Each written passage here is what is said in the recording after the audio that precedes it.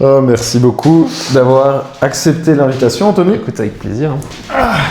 Bonjour à tous, bienvenue sur Kinefit Studio. Aujourd'hui, un invité très spécial, Anthony Marquet.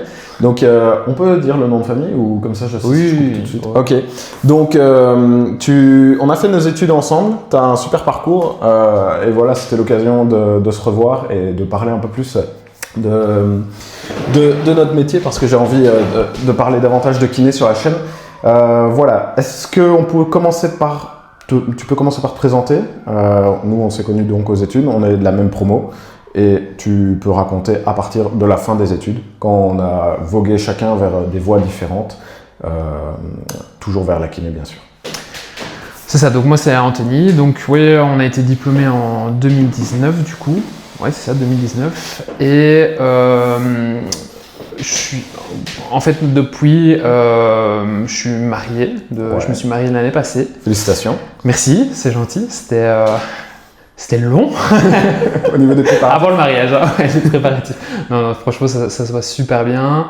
Ouais. J'ai mon propre cabinet. Je suis locataire, mais j'ai mon propre cabinet depuis 2019. Du coup, je me suis lancé tout de suite. Et ça n'a pas été super facile au début. Il faut savoir que quand j'ai commencé, il n'y avait rien du tout. Donc j'ai dû développer progressivement la patientèle, gagner la confiance des médecins, etc. Et on a eu cette magnifique période Covid qui a... Ouais, ça a été un peu galère au début. Donc voilà, j'ai développé un peu un réseau avec d'autres kinés, j'ai fait des remplacements, etc. Le temps d'élargir les horizons, avoir un peu de réseau, etc. Et progressivement, à force de formation, à force de dialogue et beaucoup d'humains finalement, ça a commencé à bien se développer. Et j'ai toujours eu un peu ce côté, je ne veux pas refuser les patients, parce que ça a tellement mis du temps avant de se lancer que moi je voulais vraiment garder ce côté, ok, quelqu'un me téléphone, je veux pouvoir lui trouver un rendez-vous dans les 24-48 heures, quoi, jour ouvrable. Donc si on m'appelle le vendredi, j'aimerais bien que le lundi, mardi, il ait ou plus tard une place. À un moment donné, ça devenait un peu compliqué. En plus, j'avais le projet de faire la thérapie manuelle, donc une formation qui est sur 2 ans, où c'est quand même un bon investissement d'un point de vue énergie, étudier, et accessoirement surtout le privé. Quand même, trouver un équipe, c'est pas facile. Et donc j'ai pris la décision d'avoir un collègue en fait. Donc on a essayé de se répartir la tâche au maximum et 2 ans de formation, ça s'est bien passé, etc. Et puis finalement voilà, j'ai changé de collègue. Mon nouveau ici a commencé ici au mois de décembre et voilà, petit à petit ça grandit. Donc voilà. Et ce qui a changé aussi, c'est que depuis le mois d'octobre, donc moi je fais du crossfit en fait depuis pas mal d'années et j'ai fait des belles rencontres là-bas et notamment en fait un couple qui sont devenus des amis, Delphine et Loïs. Donc c'est un coach sportif et elle est dans l'esthétique. Et ils ont eu un très beau projet en fait, c'est de monter leur petite boîte. Et donc ils ont acheté un bâtiment et donc il y a esthétique d'un côté et sport de l'autre. Et ils ont eu la bonne idée de vouloir en fait mêler un peu la santé. Et donc ils étaient à la recherche d'un kiné. Et ils m'ont dit tiens, est-ce que tu connais pas quelqu'un ? Et en fait, c'était une bonne opportunité parce que c'est des gens que j'apprécie énormément, on partage énormément de valeurs. Et donc, je me suis dit, finalement, pourquoi pas m'étendre quelque part dans la région, être à la fois proche, mais pas trop non plus. Donc, ça se mettait bien, quoi, finalement. Et donc, c'est ça qu'aujourd'hui, on a 2 espaces qui sont dédiés.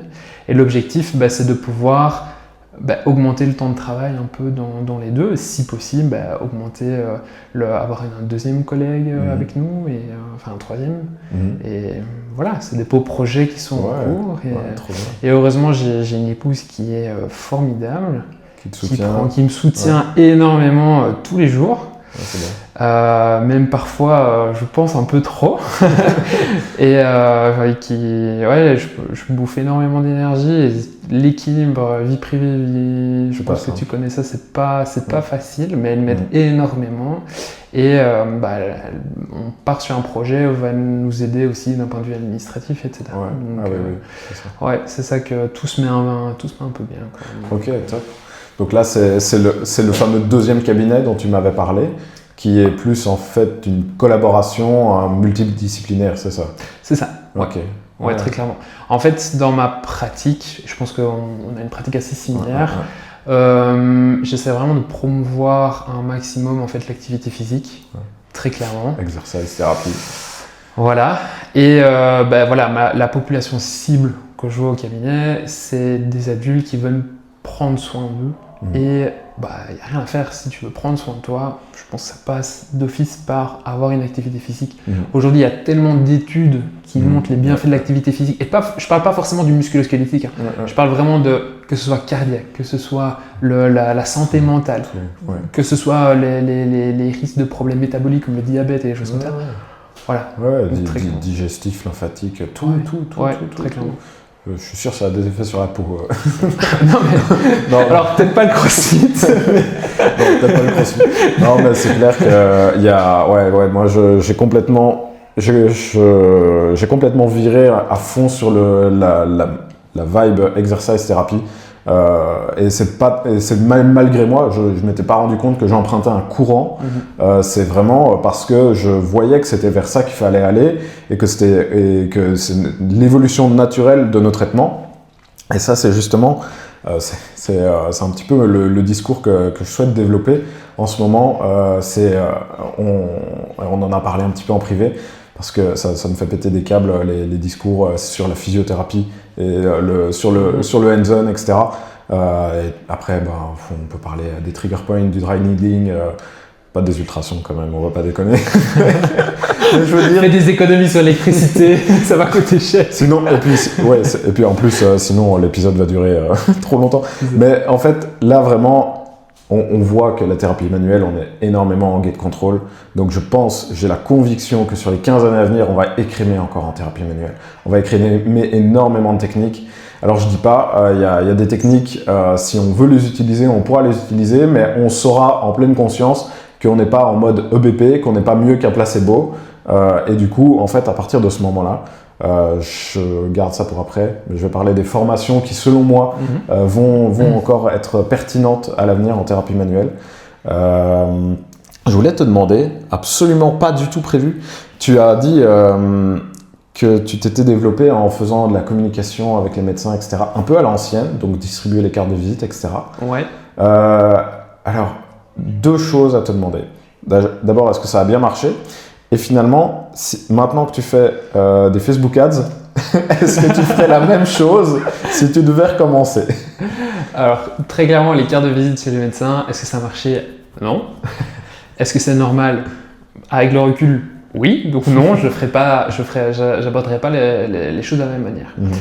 Et je pense que le problème à ce moment-là vient du fait que j'ai toujours eu un peu ce syndrome de l'imposteur, surtout en sortant des études. Normal. Et voilà, je pense que j'ai eu l'audace en fait de vouloir me lancer tout seul, c'est clair. Vraiment en eau trouble, et en me disant j'ai confiance en moi-même mais pas trop. Et j'ai vraiment eu ce côté peur de déranger. Peur de déranger le médecin, qu'est-ce que le médecin va penser de moi, je sais qu'il n'a pas le temps, et voilà, très clairement, c'est pas ce qui a fonctionné le plus. Aujourd'hui, ce qui a le mieux fonctionné finalement, c'est d'avoir un contact direct avec le médecin.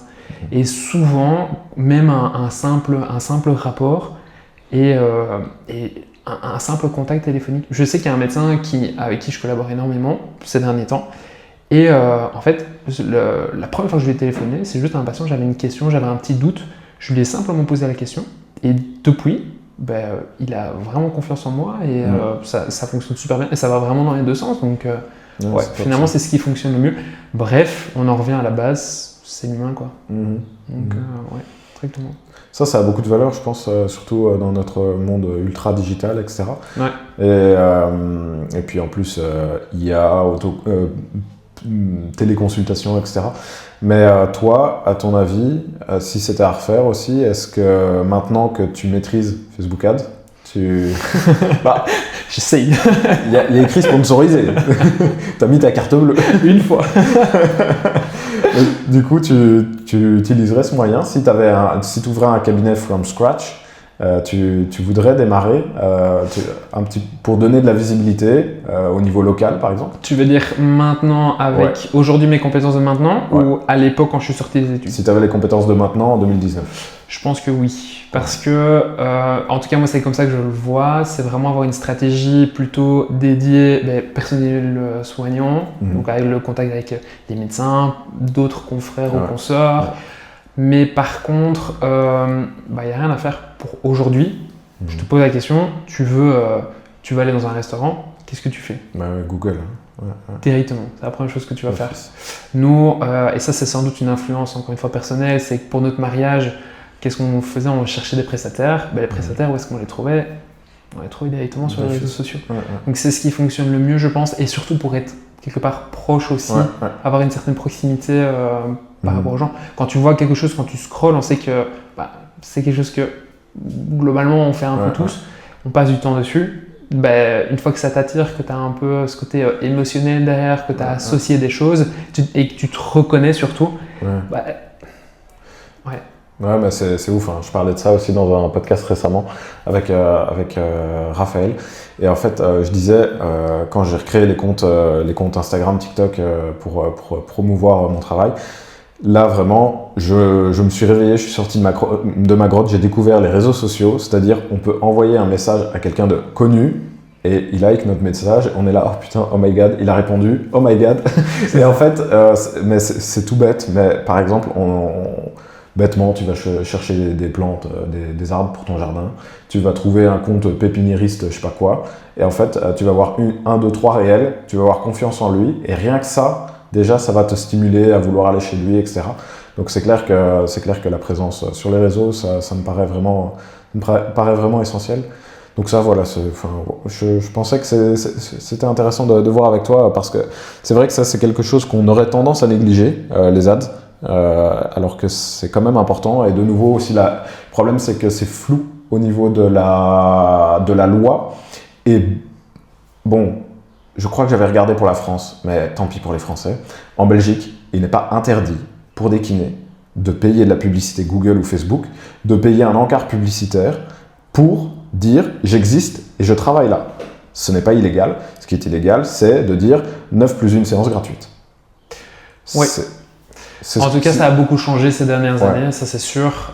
J'en discutais avec mon propriétaire qui a une 70aine d'années et qui disait que à l'époque, même ça se limitait à la carte de visite et c'était tout.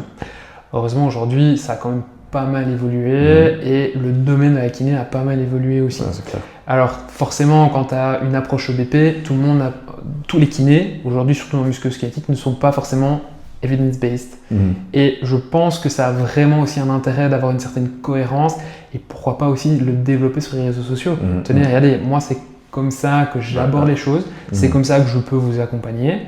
Et voilà, si tu es plus dans un côté un peu parallèle, etc., sans critique, mais avec cette approche plutôt médecine chinoise ou des choses comme ça, ok, c'est ton type de population que tu veux traiter. De toute façon, il y a des gens qui sont pour. Hein. Enfin, il y a des patients qui veulent être traités comme ça. Ouais, et ça, il n'y a aucun souci. Et voilà, la seule chose, c'est que quand tu réserves sur Google ou quand tu as une carte de visite, tu sais pas comment la personne va travailler. Tu sais pas si ça te convient ou si ça te convient pas.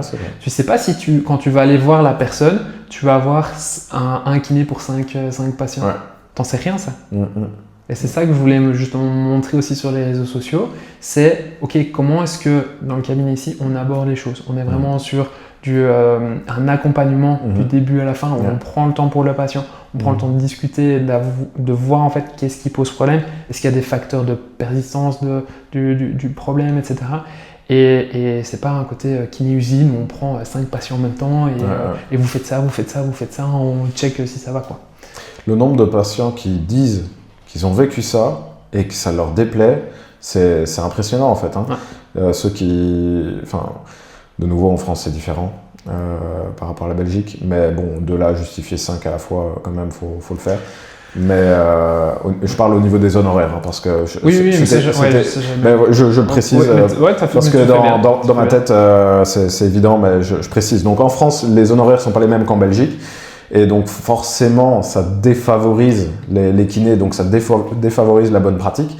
Mais je pense quand même que derrière, même soit pour avoir un sentiment d'épanouissement, d'avoir bien travaillé, de dire oui, j'ai fait mon maximum, parce que typiquement quand on était en stage et que... Est-ce que tu as fait Sainte-Anne, dis non, toi? Oui. Ouais.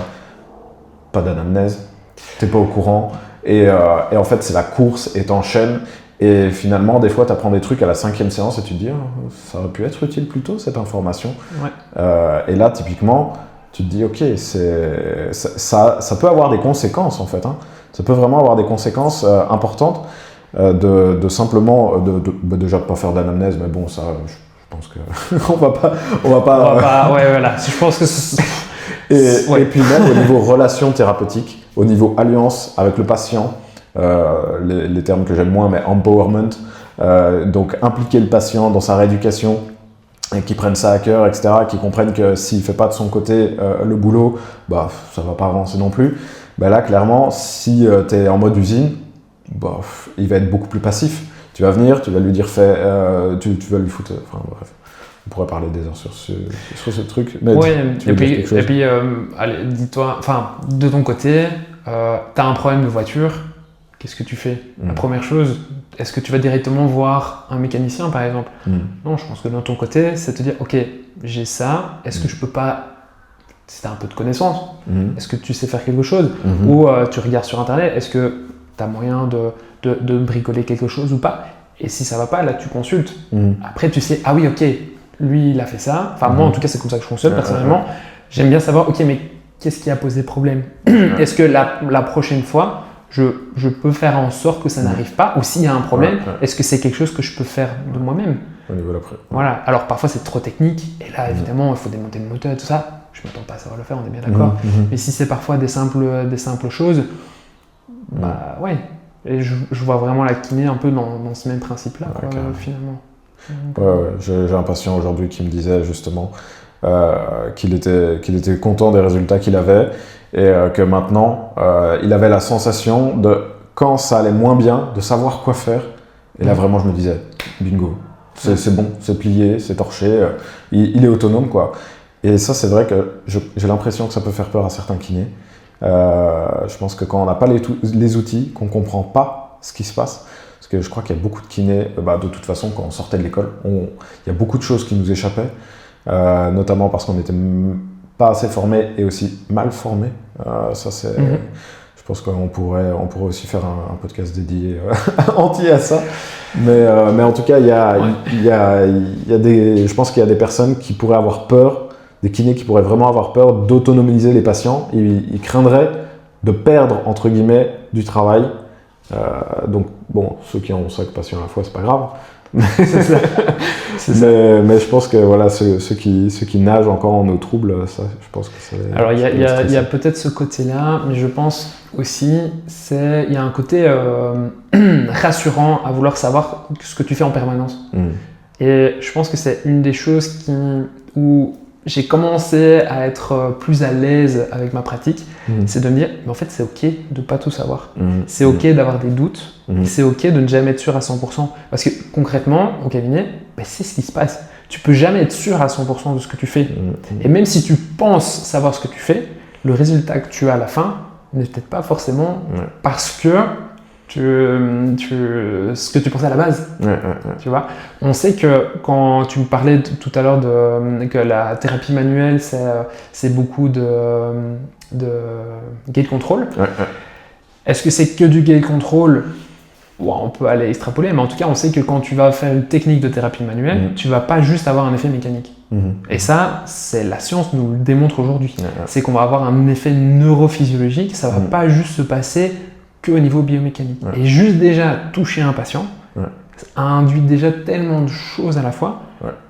Et juste ce côté rassurant, d'être écouté, se sentir écouté, d'être dans la bienveillance, tout ça a un effet aussi quelque part. Est-ce qu'on peut dire que c'est juste du gain control? Est-ce que c'est juste du placebo? Non, ça fait partie du soin. Maintenant, quelque part, quand on a affaire à une situation, on se dit mais je suis pas sûr de bien comprendre, etc. Aujourd'hui, personnellement, je me sens plus à l'aise de me dire ok, je sais que je suis un peu en eau trouble, je l'accepte. Maintenant, on voit un peu comment ça se passe quoi, sur les prochaines séances. Et c'est ça aussi qui est intéressant, c'est d'avoir le retour du patient. Non mais tiens, comment est-ce que vous avez vécu ça? Qu'est-ce qui s'est passé? Et donc voilà. Ouais, top. On a absolument suivi aucune question depuis le début, à part présente-toi. C'est ça. Peux-tu te présenter? Et c'est parti super loin. 1h30 t'as dit. On va essayer de plier ça en moins d'1h30.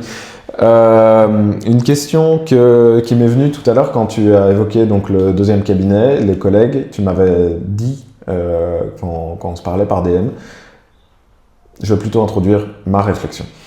Recruter quelqu'un avec qui travailler, j'avoue que ça, moi, j'en suis pas à cette étape et je peux avoir un certain stress parce que je vais me dire, je veux un service qualité, je veux que ce soit au moins aussi bien que ce que je vais faire.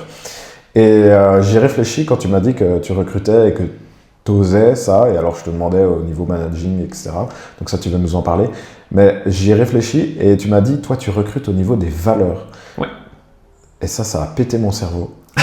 Ah non, mais j'ai fait des recherches là-dessus. Hein. Ouais, okay. Vraiment, ça m'a obsédé pendant 2 heures, je crois. Okay. J'ai fait des recherches là-dessus pendant 2 heures. Okay. Et je me suis dit, mais oui, en fait, tu m'as vraiment fait... j'ai ouvert les yeux là-dessus. Et donc là, si tu pouvais nous expliquer un peu ta stratégie de recrutement, même si je ne sais pas si on peut dire que tu as une stratégie au bout du deuxième, mais en tout cas, plutôt ce que tu recherches chez un collaborateur. Et aussi quelles vont être vos relations au niveau subordination, comment tu gères tout ça et du coup de commencer à faire du managing, de la RH. Bon, je sais que tu as des conseils en interne, en coulisses, mais ça donne quoi à ce niveau? Est-ce que tu peux nous dire en fait, pour pouvoir te répondre, la première chose c'est qu'il faut savoir quelles sont tes propres valeurs finalement. Qu'est-ce que quand tu te lèves le matin, c'est quoi ta vibe? Qu'est-ce qui te donne de l'énergie? Qu'est-ce qui te dit en fin de journée, ah ouais, là j'ai passé une bonne journée? Qu'est-ce qui fait que quand tu te regardes dans le miroir, tu te dis, je suis content, je suis fier de ce que j'ai fait? Et surtout, mais quand un patient, moi ça m'a beaucoup aidé, c'est quand un patient quitte le cabinet, qu'est-ce que je veux qu'il retienne? Qu'est-ce que je veux qu'il se dise, ah oui, là j'ai eu un bon soin, je me suis fait bien prendre en charge, ou non, je vais aller voir ailleurs. Et bon, j'ai ma petite expérience en tant que patient par le passé et j'ai confronté avec ce qui m'a bien plu et ce qui m'a déplu. Et aujourd'hui, moi personnellement, j'avais besoin de quelqu'un avec des valeurs plus humaines qui se rapprochait de plus ce que moi je voulais transmettre et de ce que je veux faire partager au sein du cabinet. Et donc très clairement, si j'ai quelqu'un qui ne partage pas ces valeurs-là, ça va être compliqué. On est dans un métier, on est humain, on passe énormément de temps aussi à travailler, ne serait-ce qu'ensemble ou avec les patients. Et donc, si on a, bien sûr qu'on aura des différences, ça c'est certain, mais si on partage déjà les mêmes valeurs, ça c'est vraiment l'ancrage, on va dire, en soi que tu fasses une formation McKinsey, Mulligan ou que tu sois dans un autre domaine, tant que la base est la même, pour moi, ça peut aller que sur des roulettes, quoi. Et donc, est-ce que vraiment tu auras d'office un collaborateur qui travaillera comme toi? J'espère que non. Et j'espère que mon collègue Hugo, que j'adore, ne travaillera pas de la même manière que moi. Parce que justement, pour moi, c'est une force. D'être différent, c'est une force dans le sens où il y a des qualités ou des défauts dans un. Est-ce qu'on peut vraiment parler de qualité? On ne peut pas vraiment dire qualité et défaut. C'est plutôt, ok, est-ce que voilà, dans ta pratique à toi, tu as forcément des limites, tu as forcément des forces. Ok, est-ce que ton collègue ne peut pas justement combler un peu tes limites? Et c'est ça en fait la beauté d'une équipe quelque part. C'est pouvoir être complémentaire, mais avoir quand même une même direction. Et ça, je pense que c'est important, surtout dans notre manière de travailler, quoi, au quotidien. Et voilà, une fois que je sais avec qui je vais travailler, je sais très bien qu'après, il va se former, il va développer ses compétences, comme je suis passé par là aussi, en fait, finalement. Est-ce que toi et moi, on est sortis en même temps? Est-ce qu'on travaille de la même manière? Je pense globalement, je pense que oui, on a la même approche, je pense. On a nos billets par rapport à ça, mais est-ce qu'on va utiliser les mêmes techniques au même moment? Non. Est-ce qu'on va utiliser les mêmes exercices au même moment? Non. Est-ce qu'on va parler de la même manière? Non. On est chacun un peu différent. Ouais. Et même au niveau des caractères, ça c'est un truc qui est peu mentionné. On peut être hypothétiquement le meilleur thérapeute du monde. Si tu as des caractères trop antagonistes avec un patient, ça ne marchera pas. Non. Il y a des fois aussi, tu vas te dire, si tu as un collègue justement et tu te dis, moi ça passe vraiment pas avec celui-là, ou visiblement le patient peut vraiment pas me blairer, ça peut arriver, hein, et voilà, ça fait 2-3 séances, tu sens qu'il y a une résistance, etc. C'est clair que dans ce cas-là, si tu as confiance dans ton collègue, tu sais, voilà, tiens, essaye, parce que moi ça marche pas. Et puis de nouveau, pour annoncer ça au patient, j'imagine qu'on peut dire, écoutez, j'ai l'impression que voilà, j'arrive pas à vous aider autant que je voudrais. Donc peut-être que pour que votre traitement évolue au mieux, tu vois, c'est pas je me débarrasse de toi, mais c'est plutôt pour que vous ayez les meilleurs résultats possibles. Je propose de faire un essai chez mon collègue, et donc là ça peut être, parce que vraiment juste les caractères, rien que ça influence un max. Très clairement. T'as jamais eu de prof avec qui tu dis ça passe pas? Oui. Voilà, je prends le cadre de prof, mais ça arrive avec tout le monde. Tu as bien des gens aussi dans ton entourage ou peut-être des membres de ta famille où tu dis ça passe pas trop, je reste courtois, etc. Bien sûr. Voilà, on sera pas big pot, quoi. Ici, c'est un peu le même principe. Et il y a une deuxième force aussi d'avoir un collègue, c'est que ça m'apporte aussi énormément de choses humainement. C'est déjà j'ai mes défauts, j'ai mes qualités. Mon collègue a aussi ses défauts et ses qualités. Et ça me permet aussi d'avoir un peu de recul en me disant que, ok, lui, là, il voit les choses d'une telle manière, et c'est peut-être pas pour rien. Et si je suis fermé, en fait, sur cette chose-là, ça m'apprend aussi, pourquoi finalement je suis fermé? Ou quand je suis obstiné par quelque chose et que je vois que mon collègue fait différemment, je me dis, mais c'est vrai, en fait. Pourquoi est-ce que lui fait comme ça? Pourquoi moi, je veux absolument faire comme ça? Et puis, il y a une troisième chose, c'est le fait de pouvoir, quelque part aussi, prendre quelqu'un sous son aile et de faire partie.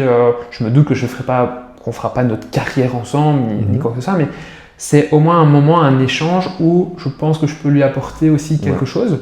Et je pense que ça m'aurait rassuré quand même quelque part d'avoir quelqu'un sur lequel je pouvais compter en cas de problème ou en cas de doute avec un patient. Et ça nous est déjà arrivé encore récemment où on dit, voilà, j'ai un doute avec tel patient, ça m'a paru bizarre, j'ai essayé ça mais ça n'a pas fonctionné. J'ai dit, écoute, pas de souci, intercale-le dans mon agenda, on le voit à deux. On l'a carrément fait avec un patient, avec le consentement du patient évidemment. Donc il était 100% d'accord. Et parfois on a dit, ah oui mais j'avais pas vu ça de telle manière, c'est intéressant de voir comment tu travailles. Et puis parfois c'est moi, je me dis, voilà, moi j'ai fait comme ça, et je me rends compte qu'en expliquant auprès de lui, je dis, mais en fait, tiens, pourquoi est-ce que je fais ça en fait? Et ça m'oblige, c'est comme avoir un stagiaire finalement, c'est mais pourquoi en fait je fais les choses? Et je trouve que c'est un exercice intellectuel assez intéressant de se dire, mais toujours se dire pourquoi. Et de ne pas retomber, dans la redondance, et deux, quelque part, mais pouvoir améliorer aussi la qualité de soins. Voilà. J'ai eu une stagiaire d'observation pendant une semaine, il y a quelques temps là, très récemment. Et c'était j'ai adoré en fait, j'ai fait que causer pendant 5 jours.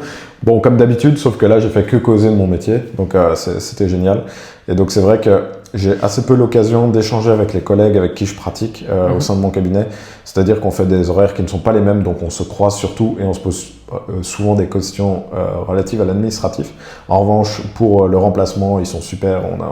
En fait, on est une super équipe à ce niveau. On a toujours assuré pour les remplacements de tout le monde que quoi qu'il puisse arriver. Mais c'est clair que le côté échange, ça peut me manquer. Et surtout que forcément, vu que vous avez les mêmes valeurs, même si vous n'êtes pas les mêmes au niveau pensée, clinique, etc., vous savez quand même vous remettre en question l'un l'autre. Il y a peut-être pas ce jugement de il fait vraiment n'importe quoi mon collègue, etc. Vous êtes relativement alignés à ce niveau, donc ça c'est clair que c'est un plus.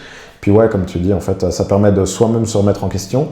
Et comme tu te poses des questions tout le temps, pourquoi, tu améliores la qualité de soins, comme tu as dit.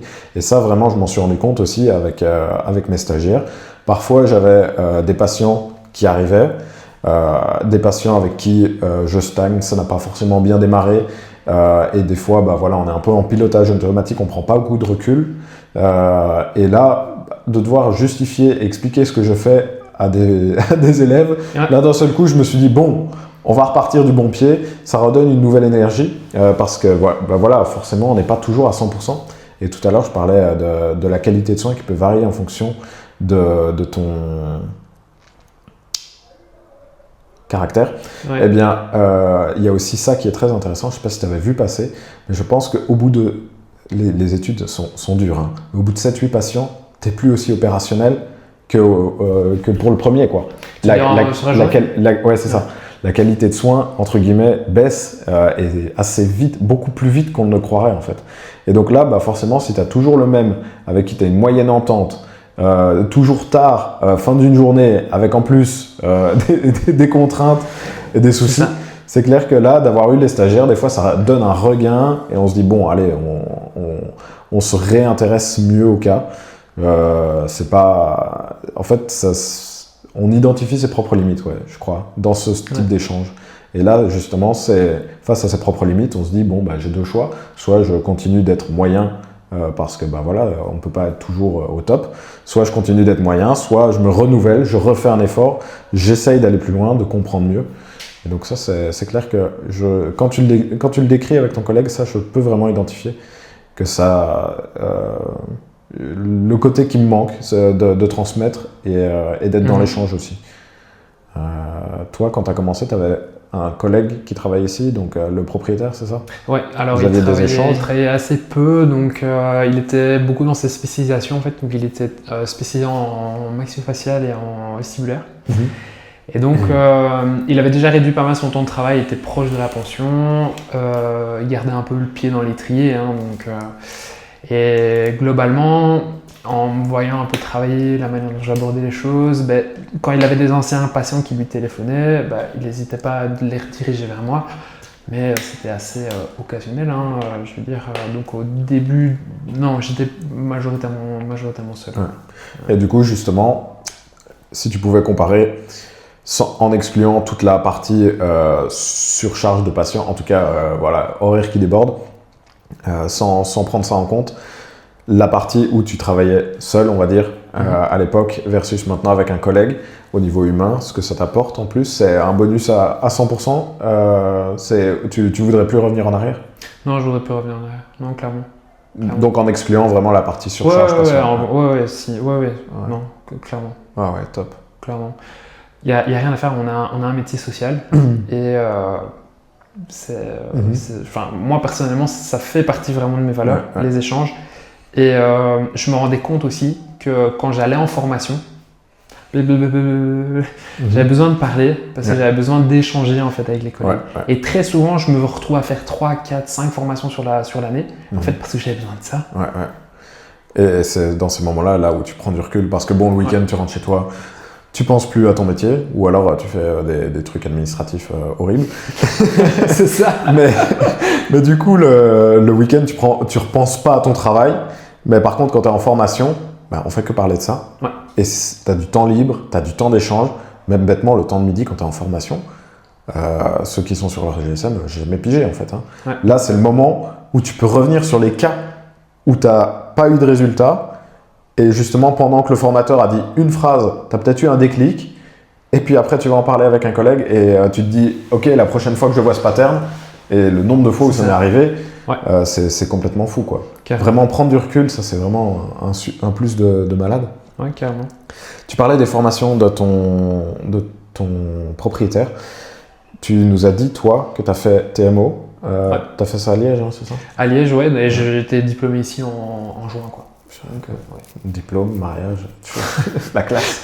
J'ai un de mes meilleurs potes, il a construit sa maison, il a fait TMO et il a eu un gosse.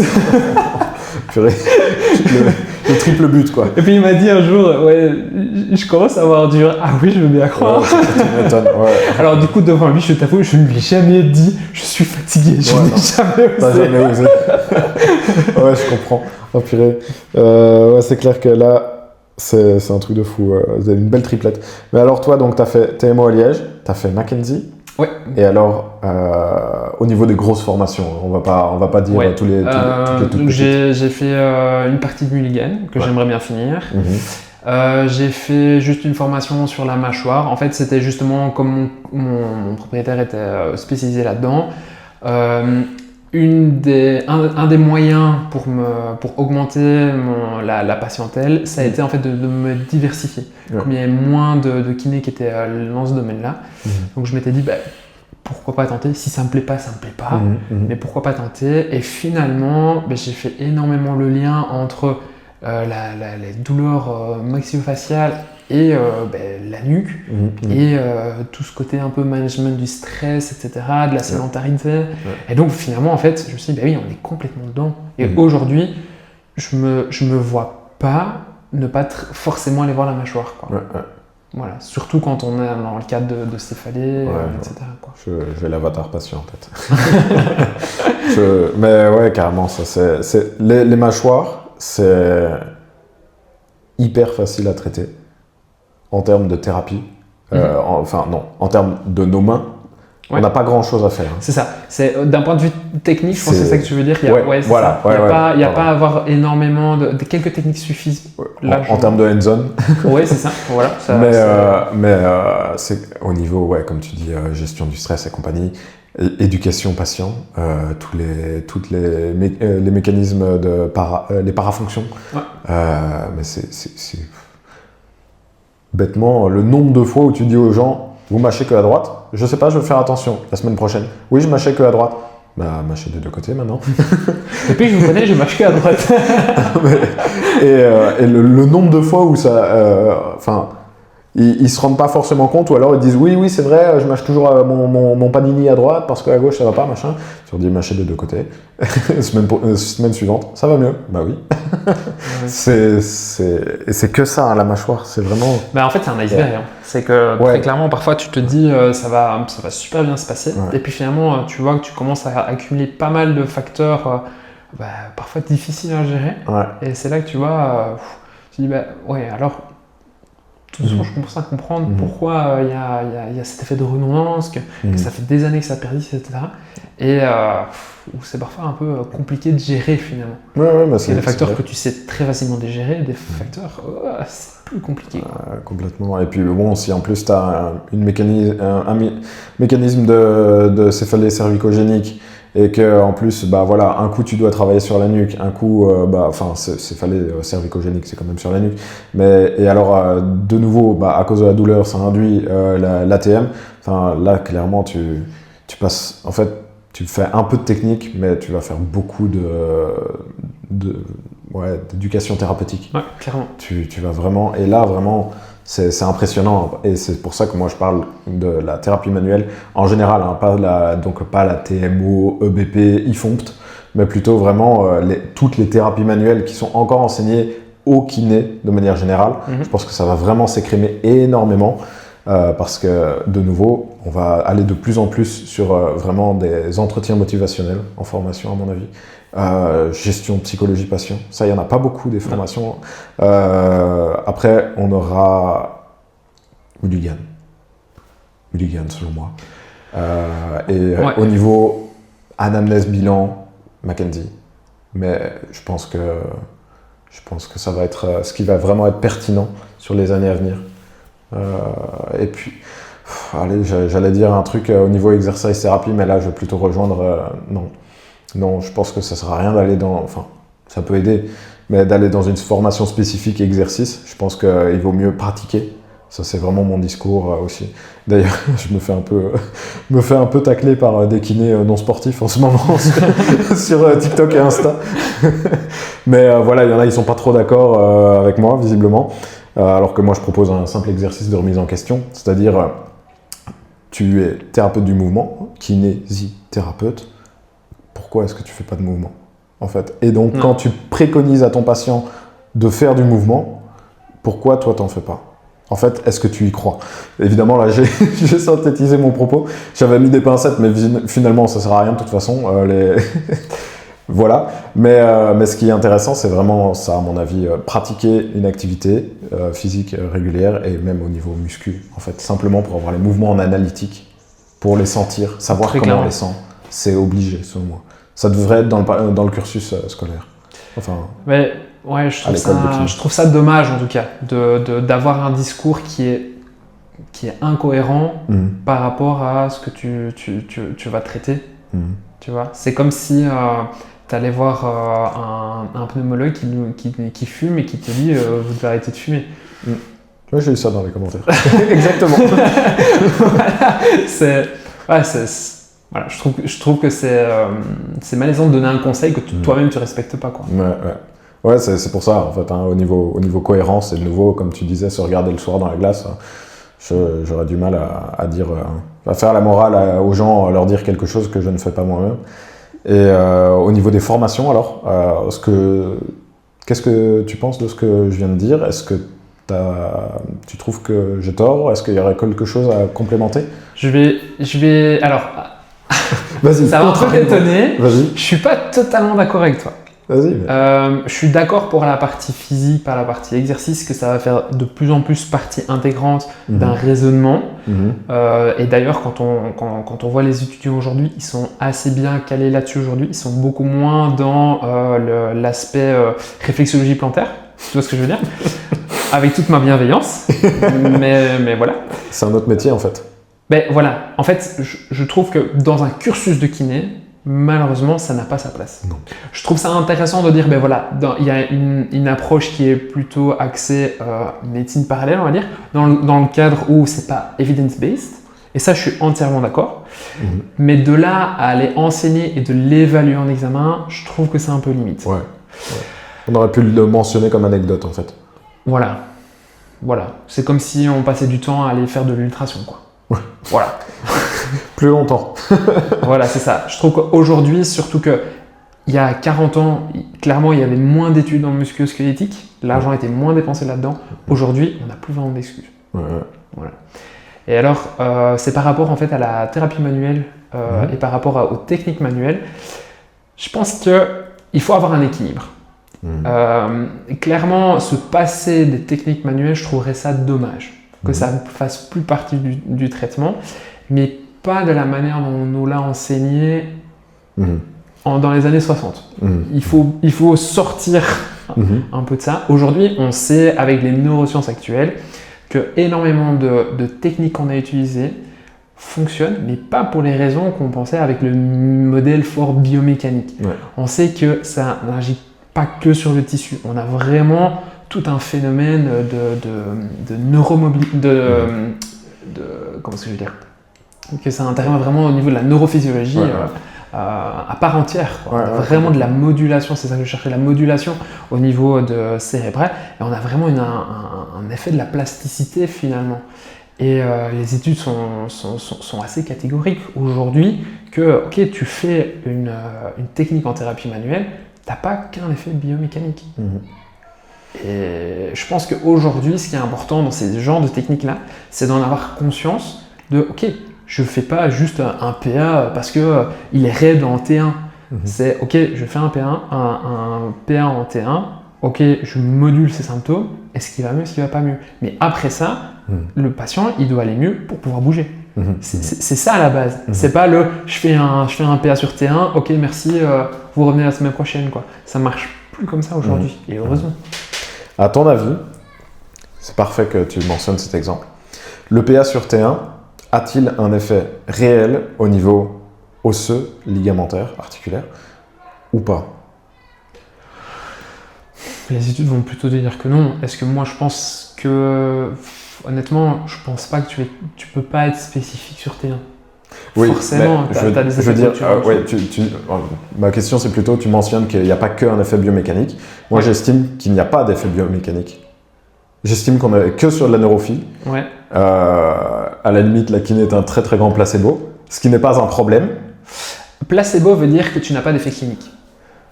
Or, tu peux pas... Si, tu as un effet, mais tu as un effet... putain, la honte. Attends. Placebo, si, tu as un effet clinique. C'est justement ça le principe. C'est pour ça qu'on donne des traitements placebo à des gens. Oui. Alors, pardon. Ce que je veux dire, c'est que ce que tu vas donner en tant que tel n'a pas d'effet clinique. Mais tu as une réponse du patient. Et accessoirement, une réponse positive.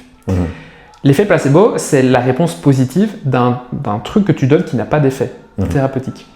Mais quand tu vois les études sur la thérapie manuelle, il y a un effet clinique qui est présent. Clinique neurophilie.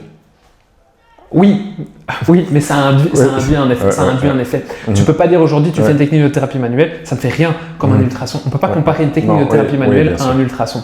Tu vois. Donc, est-ce que c'est vraiment du placebo? Non. Non, oui. Mais c'est un beau paquet cadeau.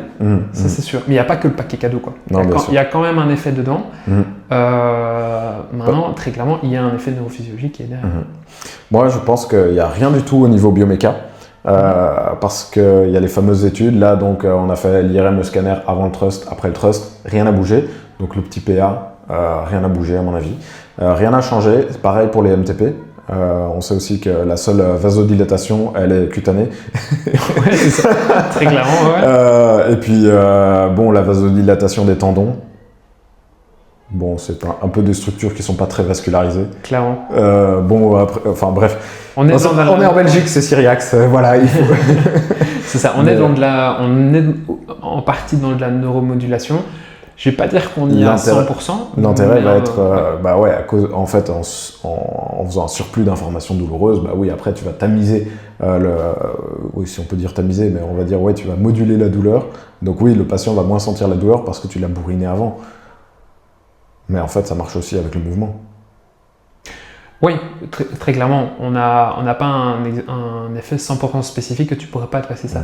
Moi, personnellement, j'utilise plus ces techniques-là plutôt en modification de symptômes. C'est OK, je fais tel genre de technique, ça fonctionne. Oui, non, ça ne fonctionne pas, je passe pas mon temps. Ça fonctionne, OK. Et c'est là que personnellement, j'utilise beaucoup Mulligan. C'est OK, j'ai fait une technique glissement de l'épaule, par exemple, ça fonctionne bien. OK, est-ce que maintenant, quand mon patient il fait tel mouvement, une simple élévation de l'épaule, j'arrive à lui mettre une sangle qui fait un peu ce glissement, ça lui facilite, ça le soulage, il a moins de symptômes, et en plus après, il va mieux. OK, c'est un super outil, quoi. Carrément. Alors, est-ce que c'est neurophysiologique? Est-ce que j'ai induit un changement biomécanique? Concrètement, je m'en fous. Je m'en fous tant que mon patient il va mieux. Moi, ce que je veux, c'est OK, je veux que le patient il aille mieux avec des marqueurs objectifs. Meilleure amplitude, diminution de sa douleur perçue, etc. Mais c'est surtout ça qui m'intéresse. Après, que ce soit de la neuromodulation ou de la biomécanique. Voilà. Exact.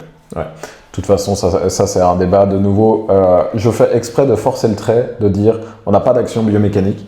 Parce que je peux pas supporter qu'il y ait des kinés qui se comparent à des ostéos, qui se disent « Oh là là, je suis pas à la hauteur ». Parce qu'il y a des kinés qui stressent en fait. Ils entendent que leur patient va aller chez l'ostéo pour la sciatique, ils se disent « Oh là là, putain, je suis trop nul, machin ». En fait, je peux pas supporter que les kinés se comparent aux ostéos, alors que les ostéos, finalement, pareil, ce n'est que la biomodulation, puisqu'on sait qu'ils remettent pas de vertèbres en place. Les bons ostéos, les ostéos BP d'ailleurs, j'aimerais bien avoir une discussion avec un ostéo BP, savoir comment il gère ça, parce que c'est pas facile à mon avis de se positionner comme tel, de se positionner comme ostéo BP. Parmi les ostéos, on n'est pas, je pense qu'on n'est pas crédible, et parmi les kinés BP, je pense qu'ils sont quand même pas reconnus, donc ça doit pas être facile. C'est un petit peu le vilain petit canard. Mais de nouveau, en fait, je fais exprès d'être à fond on n'a pas d'effet biomécanique pour qu'on arrête de se dire j'ai besoin de lui truster quelque chose, j'ai besoin d'avoir un effet local sur le MSK, alors que finalement on a besoin surtout d'être des spécialistes du système nerveux et après de l'appareil locomoteur, parce que faut quand même savoir à quoi servent ces tests, il faut quand même comprendre ce qu'est un mouvement, il faut quand même savoir quel muscle fait quelle action, ça donc c'est indispensable. Mais ce que je veux vraiment, c'est que les gens, comme tu as dit, et les kinés, on arrête d'avoir cette idée de on fait ça et on a tel effet sur le corps, alors qu'on sait de plus en plus que c'est complètement faux, et qu'on accepte justement cette idée de si on fait une technique et qu'elle fonctionne, c'est pas pour les raisons qu'on croyait il y a 50 ans. Et là, je vais te rejoindre parce que ce qui nous a déjà été enseigné en thérapie manuelle, c'est tu as un schéma bien spécifique au niveau articulaire, par exemple. Je synthétise. En gros, tu fermes la vertèbre, ça te fait mal, tu l'ouvres, ça va mieux. Ok. En somme, tu viens manipuler pour ouvrir, faire un glissement, ça va mieux. Ok. Tu n'arrives pas à avoir ta manip. Ok. Qu'est-ce que tu fais? Tu creuses dans l'autre sens. Donc, théoriquement, ce qui lui fait plus mal au patient. Le patient va mieux.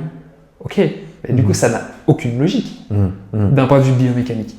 Tu vois, si on suit ce raisonnement-là. Et pourtant, c'est ce qui est parfois enseigné. Et c'est ça c'est ça quand même bizarre.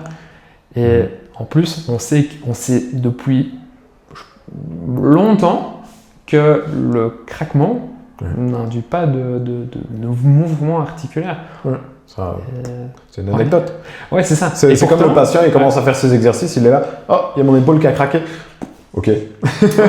Ok, point. C'est ça. Vu. Ah ouais, très clairement. Et on va peut-être pas s'éterniser de manière infinie là-dessus. Est-ce que tu as encore quelque chose à dire là-dessus?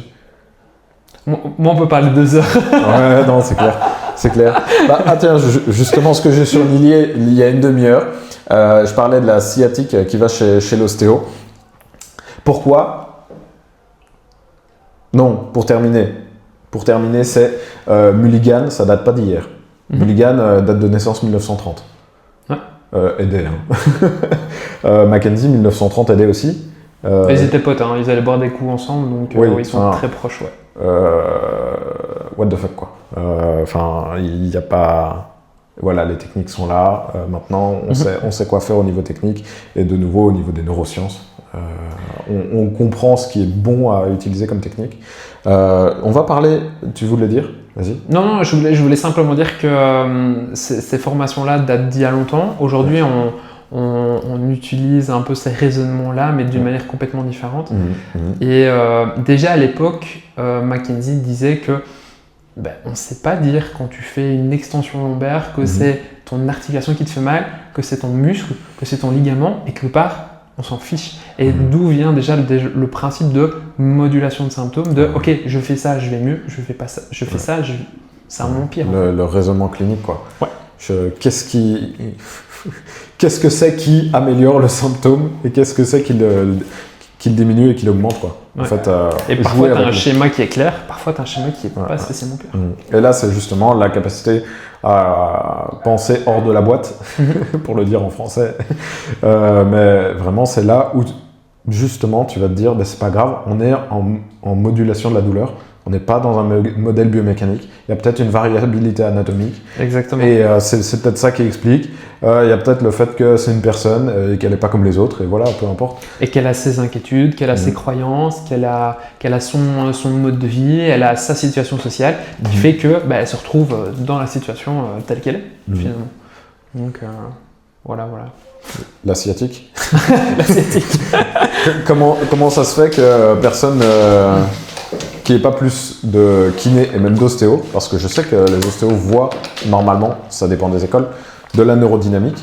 Comment ça se fait qu'il n'y ait pas plus de pratiquants de neurodynamique?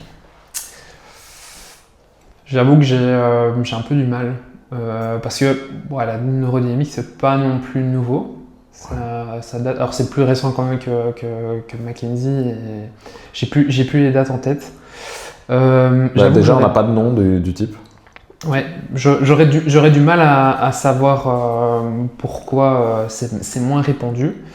Et c'est dommage parce que c'est une approche qui est quand même assez intéressante à nouveau quand c'est très spécifique avec un patient qui répond bien. J'en fais pas toutes les semaines. Ouais, c'est ça.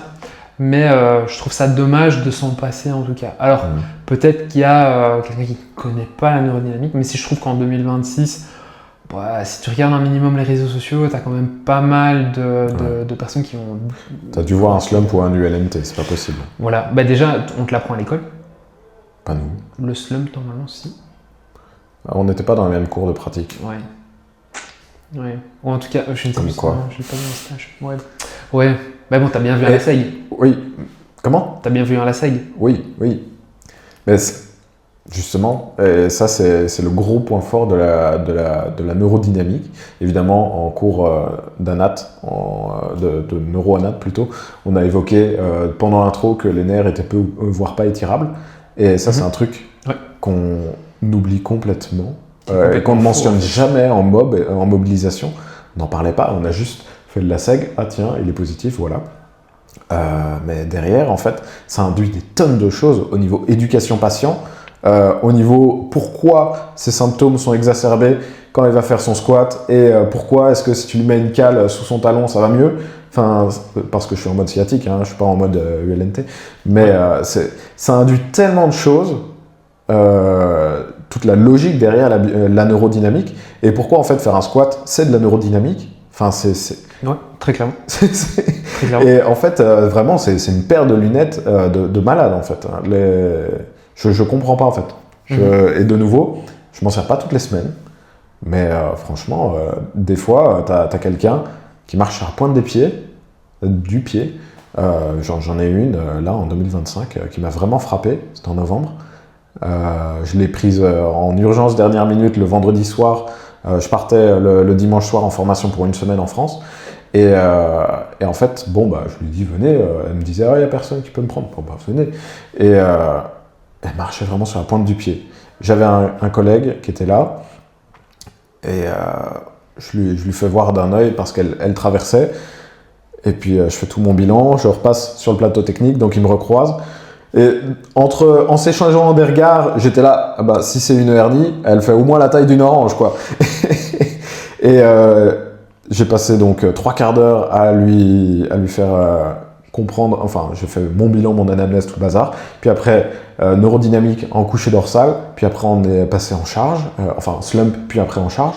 Et je l'ai mise chez mon collègue la semaine suivante, puisque j'étais absent. Et il m'a dit qu'il l'avait revu, je pense, le mardi. Et symptômes complètement évaporés le lendemain de la séance, quoi. Donc on était vraiment sur un nerf œdémateux plus. Enfin, supposément, puisque c'est ce qu'on croit avec la neurodynamique.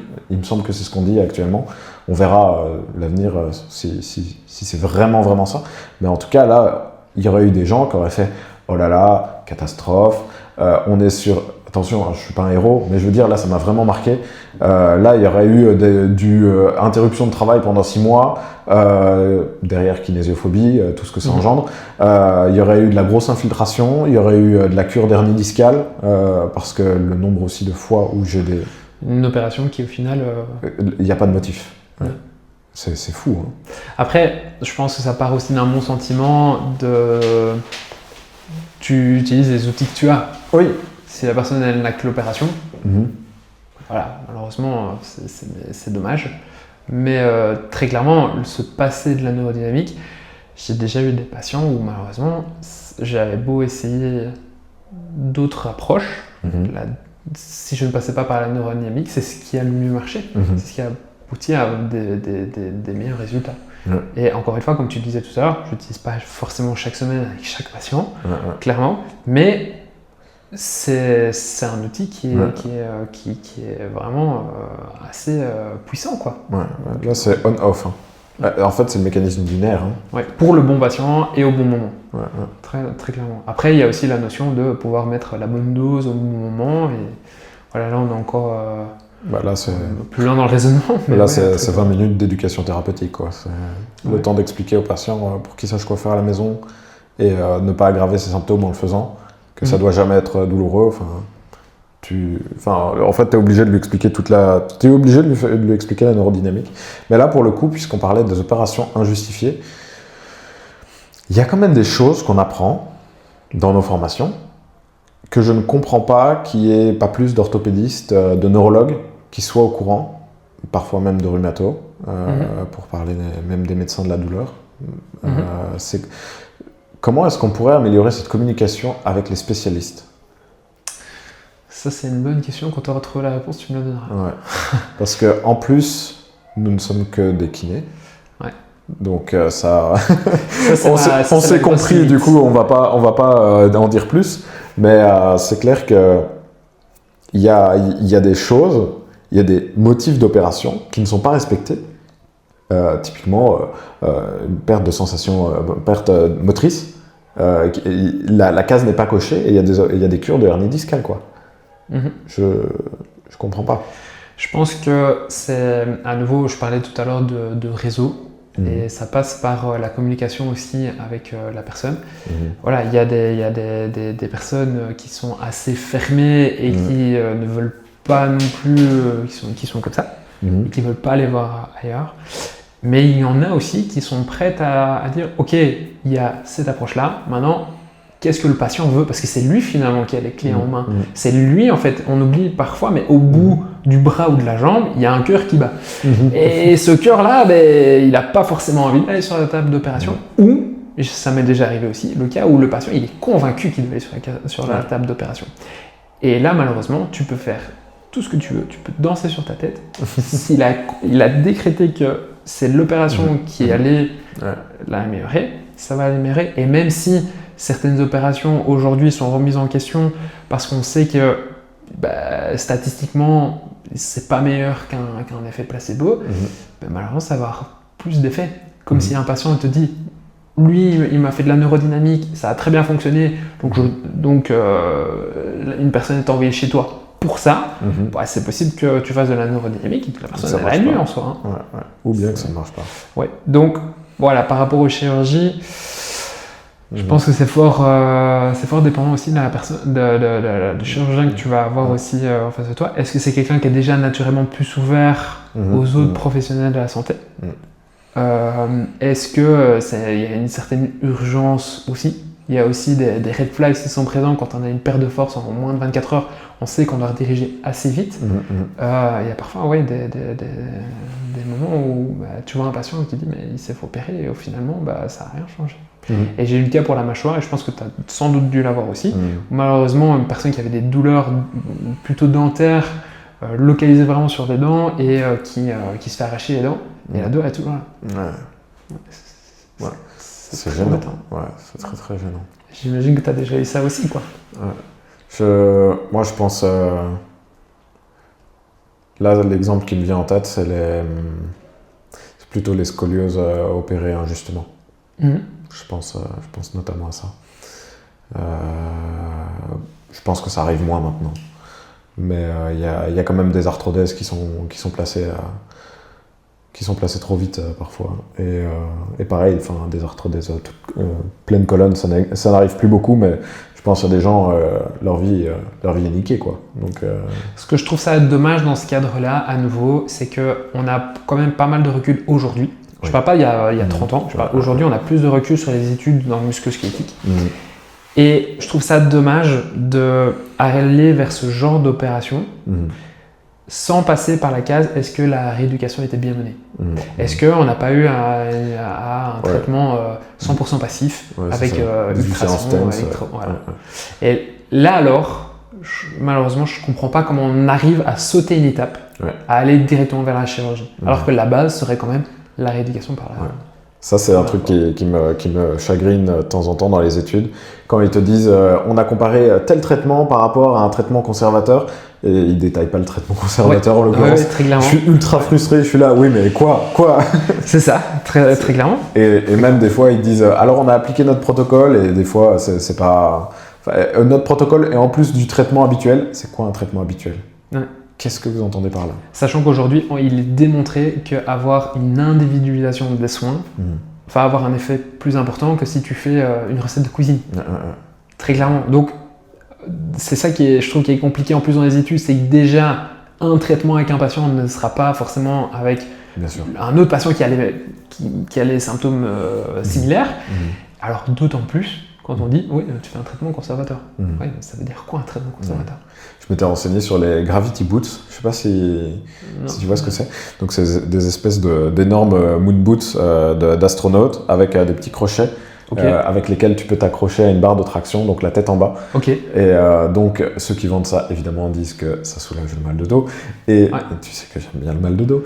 Et je sais pas si vous avez remarqué, mais j'ai un truc avec les lombaires et tout. Mais le délire, donc évidemment, ça soulage le mal de dos. Et il a fallu que je lise ce qui se disait avec ça. Et en fait, il disait que ce sur quoi ils avaient le plus d'action, c'était notamment les hernies, etc. Et bon, j'ai regardé évidemment l'étude menée par le vendeur, voilà, un peu moyenne. Et typiquement, au niveau hernie discale, de nouveau, on ne précisait pas qui, quoi, quand, où, qu'est-ce, on disait juste symptômes sciatiques. Mais de nouveau, t'as pas. Oui, on a fait des LASEG. Et de nouveau, il n'y avait pas une étude qui comparait Slump versus Gravity Boots, tu vois. Ouais. Et moi, j'étais ultra frustré, quoi. Je me disais, mais ouais, enfin là, on a. Allez, donnez plus de détails. Tu vois, ils disent, on a recruté X patients qui présentaient une sciatalgie, mais de nouveau, t'as pas de détails. Tu sais pas ce qu'ils ont fait exactement comme test. Une anecdote pour finir sur la sciatique, parce que je m'éternise, mais j'ai eu une patiente en 2025, je m'en souviens, classique shit, la prescription, madame présente une sciatalgie, bazar, machin.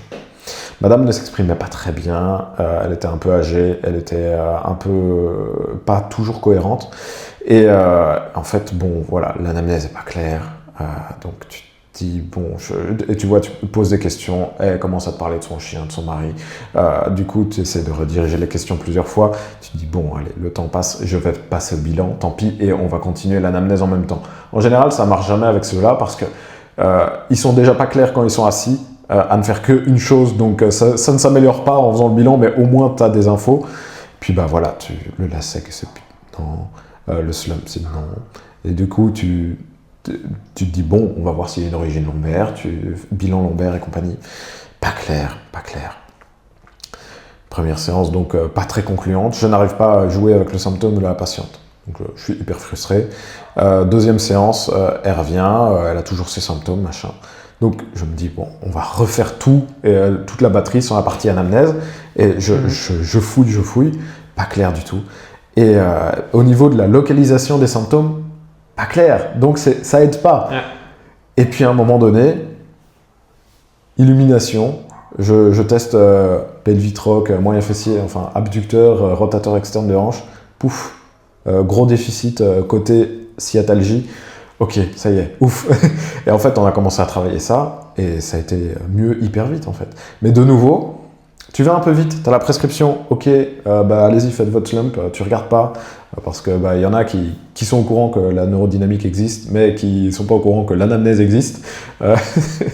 Tu vois, de nouveau, tu prends la prescription, tu fais pas attention, comme on disait tout à l'heure, tu as 5 patients en même temps, tu passes à côté de plein de trucs, et tu fais 9 séances dans le vide, et après on dit, la kiné ça sert à rien pour les sciatiques. Parce qu'aux yeux du médecin, c'est ça la conclusion, quoi. C'est ça, et même du patient. Oui. Donc ça, c'est vraiment... Enfin, c'était un cas assez intéressant parce que de nouveau, là, je me suis confronté à des murs et c'est pas facile, en fait. Hein, parce que de nouveau, tu te remets en question, tu te dis, mais qu'est-ce que je fais de mal ? Et justement, c'est pas du tout prévu. On n'a rien suivi. Est-ce que tu peux nous raconter un cas intéressant comme ça où tu t'es remis en question et derrière où ça t'a ouvert les yeux et ça a changé ta pratique justement parce je pense qu'on a tous des cas comme ça, comme celui que je viens de te raconter, et derrière tu te dis ah oui mais maintenant j'en vois 10 par j'exagère mais... j'ai une patiente un peu c'est un peu le même principe que toi. Okay. C'est quelqu'un chez qui j'arrivais pas à produire les symptômes et elle se plaignait vraiment de douleurs plutôt lombaire basse en fait. Et à nouveau avec ce côté réseaux sociaux, etc., on était vraiment dans la grosse partie de le syndrome du piriforme, ça n'existe pas, et c'est remis en question, et même dans la littérature aujourd'hui, si tu regardes, si tu tapes, tu verras pas tellement grand chose du syndrome du piriforme, tu vas juste retrouver le terme Deep Gluteal Syndrome. Ok. Donc petit fessier. Pas forcément petit PCS, c'est juste l'espace, en fait, le passage près de que ce soit vasculaire ou que ce soit nerveux au niveau du fessier, et que tu peux retrouver des symptômes un peu comme un syndrome du piriforme à l'époque, mais aujourd'hui plus vu sur ok, on sait que tu peux développer des douleurs là, maintenant on ne peut pas dire c'est à cause du nerf, c'est à cause de l'artère, c'est à cause de ton gros orteil qu'il faut masser. Toujours mais on est plus prudent en fait sur la localisation des symptômes. On sait que c'est un rapport avec cette région-là finalement. Et donc cette patiente-là, j'ai juste évalué un peu la hanche et finalement, comme toi, je retrouve quelque chose en fait sur la rotation de hanche. Et finalement, je vais contracter un peu les muscles de la zone, en tout cas qui correspond un peu au piriforme. Et là, bingo, je retrouve ces symptômes. Et donc, qu'est-ce que j'ai passé à faire avec elle? Remise en charge progressive, ce que j'ai pensé être au niveau du piriforme en tout cas. J'ai suivi un peu ce protocole-là et ces symptômes ont été radicalement mieux après 3-4 séances, quoi, finalement. Alors que ça faisait 2-3 séances où j'avais un truc plus ou moins positif au lombaire, mais pas suffisant. Et voilà. Et finalement, l'anecdote là, c'est de me dire, mais je me suis privé d'un truc parce que j'ai entendu dire que sur les réseaux sociaux c'était faux. Et finalement, ok, aujourd'hui c'est un peu un débat, mais finalement, ce que je retiens, c'est ok, j'ai fait ça avec la patiente, elle a répondu, ça l'a soulagée. Alors, je m'en fiche de savoir si c'est vraiment syndrome du piriforme ou pas. C'est juste me dire, ok, ça l'a aidé chez cette patiente-là. La prochaine fois, je ne vais pas me dire non, ça n'existe pas. Je me dis, ok, je vais être prudent avec la manière dont je vais aborder les choses, très clairement, mais je sais que c'est quelque chose qui a déjà aidé quelqu'un. Donc, pourquoi pas développer ça chez quelqu'un d'autre, quoi. Moi, je suis vraiment, depuis cet épisode, je suis vraiment impressionné par le nombre de cas. J'ai l'impression que c'est le même cas clinique que tu as. Des patients qui ont ce déficit en abduction ou rotation externe, déficit de force, mais vraiment, c'est majeur. On est peut-être à un 4 sur 5 à la bonne jambe, ou non, on est à un 5 sur 5 sur la bonne jambe. Parfois, les patients, ils t'envoient dans le mur, de l'autre côté, tu leur tiens à un doigt, quoi. Et le nombre de fois où, simplement, remise en charge progressive, surcharge progressive, boum, abduction à la maison, vous tenez debout, face à la table à manger, vous faites ça tous les jours, ça va vite et bien. Je suis impressionné. Et de nouveau, ça, on n'en a pas parlé, nous, en thérapie manuelle. Dans ma formation en thérapie manuelle, on n'a pas parlé de ça. On nous a dit, il n'y a pas de sacro-iliaque, comme pour faire court. Oui. Mais par contre... C'est un autre débat aussi. Ouais, mais c'est complètement 2 heures de plus. C'est ça. Mais par contre, cette espèce de douleur bâtarde qui irradie dans la zone sacro-iliaque, qui irradie dans les lombaires basses, L4, L5, EIPS, c'est vraiment fou. Ça vaut le coup de tester. Petit tips. Non, mais c'est un truc de malade. C'est vraiment un truc de fou. Je sais pas si t'as remarqué. Physio-tuteur, c'est là maintenant. Fais les bilans. Let's go. Non, très clairement, c'est quelque chose que j'ai remarqué beaucoup. Et parfois, t'as des symptômes où les patients n'ont pas forcément encore de douleur, mais tu vois déjà des choses un peu se transformer, du style je commence à avoir du mal dans les escaliers et des choses comme ça, quoi, finalement. Et puis tu testes les muscles au niveau de la hanche, tu te dis pas étonnant. Donc, j'ai une patiente récemment où elle a un déficit de force monstrueux et elle venait justement pour une douleur type grand trochanter, quoi. Et quand j'ai vu son déficit de force, j'ai eu un 3 sur 5, quoi. Donc juste contraction contre résistance, c'est tout. La pesanteur, impossible. Impossible. Jambes tendues, impossible. C'est fou. Il y en a beaucoup. Il y en a beaucoup. Et là, j'ai un monsieur âgé qui a commencé récemment, mais là, il a fait une pause parce qu'il a un autre souci de santé qui est plus qui prime. Et lui, en fait, typiquement, je suis actif, etc. Je jardine, mais quand je marche longtemps, ça se déclenche. Quand je me penche en avant, etc., ça se déclenche. Quand je me relève, ça se déclenche. Donc, typiquement, en fait, stabilisateur de hanche.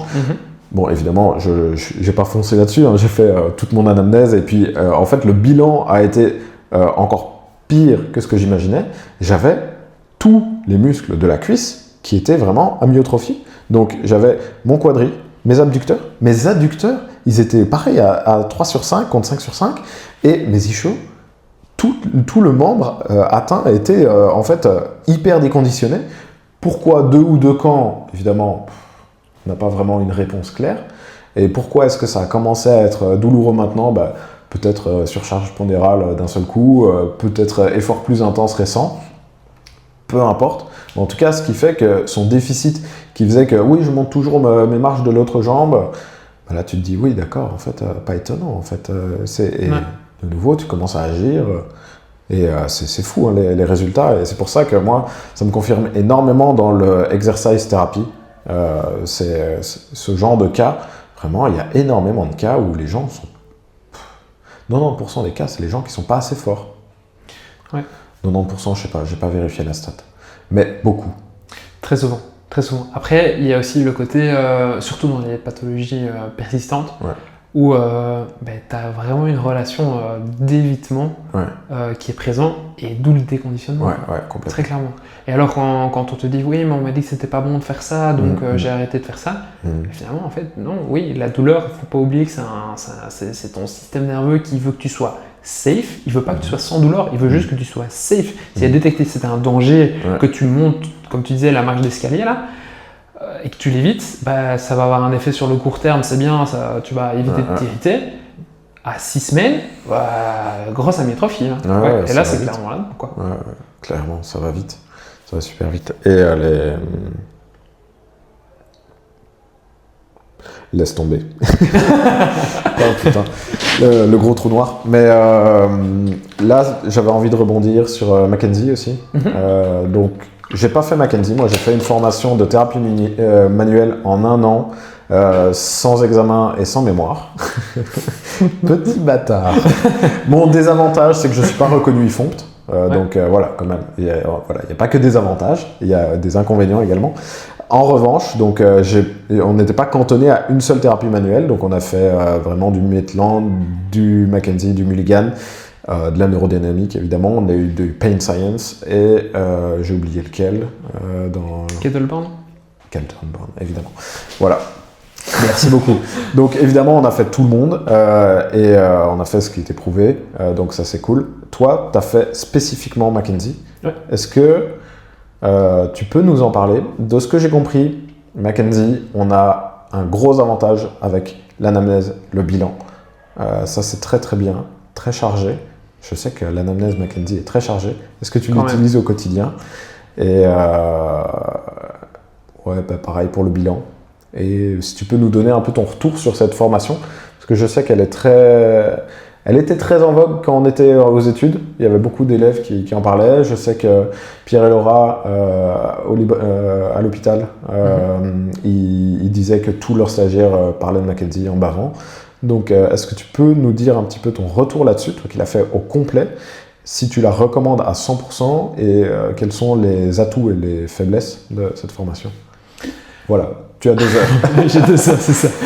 Alors, déjà, moi, Mackenzie, je l'ai abordé parce que j'aimais bien le principe d'avoir une formation où il y avait un raisonnement clinique et c'était pas spécifique sur une articulation. Je savais qu'il y avait une partie lombaire qui est très popularisée, une partie cervicale, une partie thoracique et évidemment les périphériques. Et en fait, ça m'a vraiment apporté beaucoup de bien dans mes bilans, là où j'étais complètement largué en sortant des études. Parce que souvent, quand j'avais fait un bilan, je me suis dit, ok, je ne sais pas quoi poser comme question, je ne sais pas quoi noter. Et puis, une fois que j'ai les réponses, je ne sais pas comment faire. Je me dis, pourquoi je fais un bilan? Voilà. L'avantage de Mackenzie, en fait, c'est que c'est pour l'américaine, finalement. C'est très catégorisé, c'est très droit. Et ça permet vraiment d'avoir un ordre quelque part. Même si dans le formulaire, évidemment, en fonction de comment la patient ou le patient va te parler, il faut parfois aller en diagonale. Mais l'idée, c'était vraiment d'avoir un raisonnement assez catégorique. Vraiment un peu, si on pouvait faire du noir et blanc, limite, ce serait mieux. Mais ça permet aussi d'avoir ce côté, ok, je veux moduler la douleur du patient, je vais avoir un marqueur. Et ça, c'est vraiment quelque chose que j'utilise encore énormément aujourd'hui. C'est vraiment cette capacité à pouvoir évaluer une situation, que ce soit le début de la séance ou que ce soit la première séance avec un patient, c'est de pouvoir évaluer avec des marqueurs fiables et se dire, ok, moi je veux modifier le symptôme, je veux savoir si le patient il va mieux ou parfois s'il empire. Ok, quel marqueur est-ce que je vais utiliser? La deuxième chose, c'est que ça permet de voir, ok, est-ce que le patient, il est dans un schéma? Typiquement connu, on sait qu'au niveau des extensions lombaires, les patients répondent le mieux en fait en extension. Est-ce que quand le patient fait des activités où il fait des extensions lombaires, par exemple quand il marche, est-ce que là ça améliore les symptômes ou est-ce que ça tend à empirer? Est-ce que quand il passe du temps assis, est-ce que quand il fait des flexions, etc. Et donc une fois que tu as vraiment tous ces indicateurs-là, c'est là en fait que tu vas pouvoir vraiment, on parle en fait un peu de cerveau, le côté où tu parles avec le patient aussi, le côté aussi tu raisonnes. Et donc en te disant par rapport aux informations que le patient m'a données, ok, quand je vais passer à mon examen physique, qu'est-ce que je vais tester? Est-ce qu'il y a des facteurs de gravité? Est-ce qu'il y a des red flags? Je dois aller faire un testing neuro, je dois aller faire un slump, je dois aller vérifier les réflexes, je dois aller vérifier la force. Ou est-ce que je peux déjà, c'est safe, on peut y aller? 2, est-ce que le patient est irritable? C'est-à-dire, est-ce que les symptômes montent très vite en flèche et ils mettent du temps avant de descendre? Là, très clairement, tu vas pas aller faire un PAT1, non, très clairement. Et surtout, ça m'a permis de beaucoup plus autonomiser les patients. En disant, ok, vous faites ça, ça améliore vos symptômes, mais go en fait, vous n'avez pas besoin d'un thérapeute, vous n'avez pas besoin de débourser 80 balles chez quelqu'un une fois pour aller pendant 3 jours. Vous savez le faire tous les jours, tout seul. Et surtout, il n'y a pas de matériel et on peut l'adapter partout.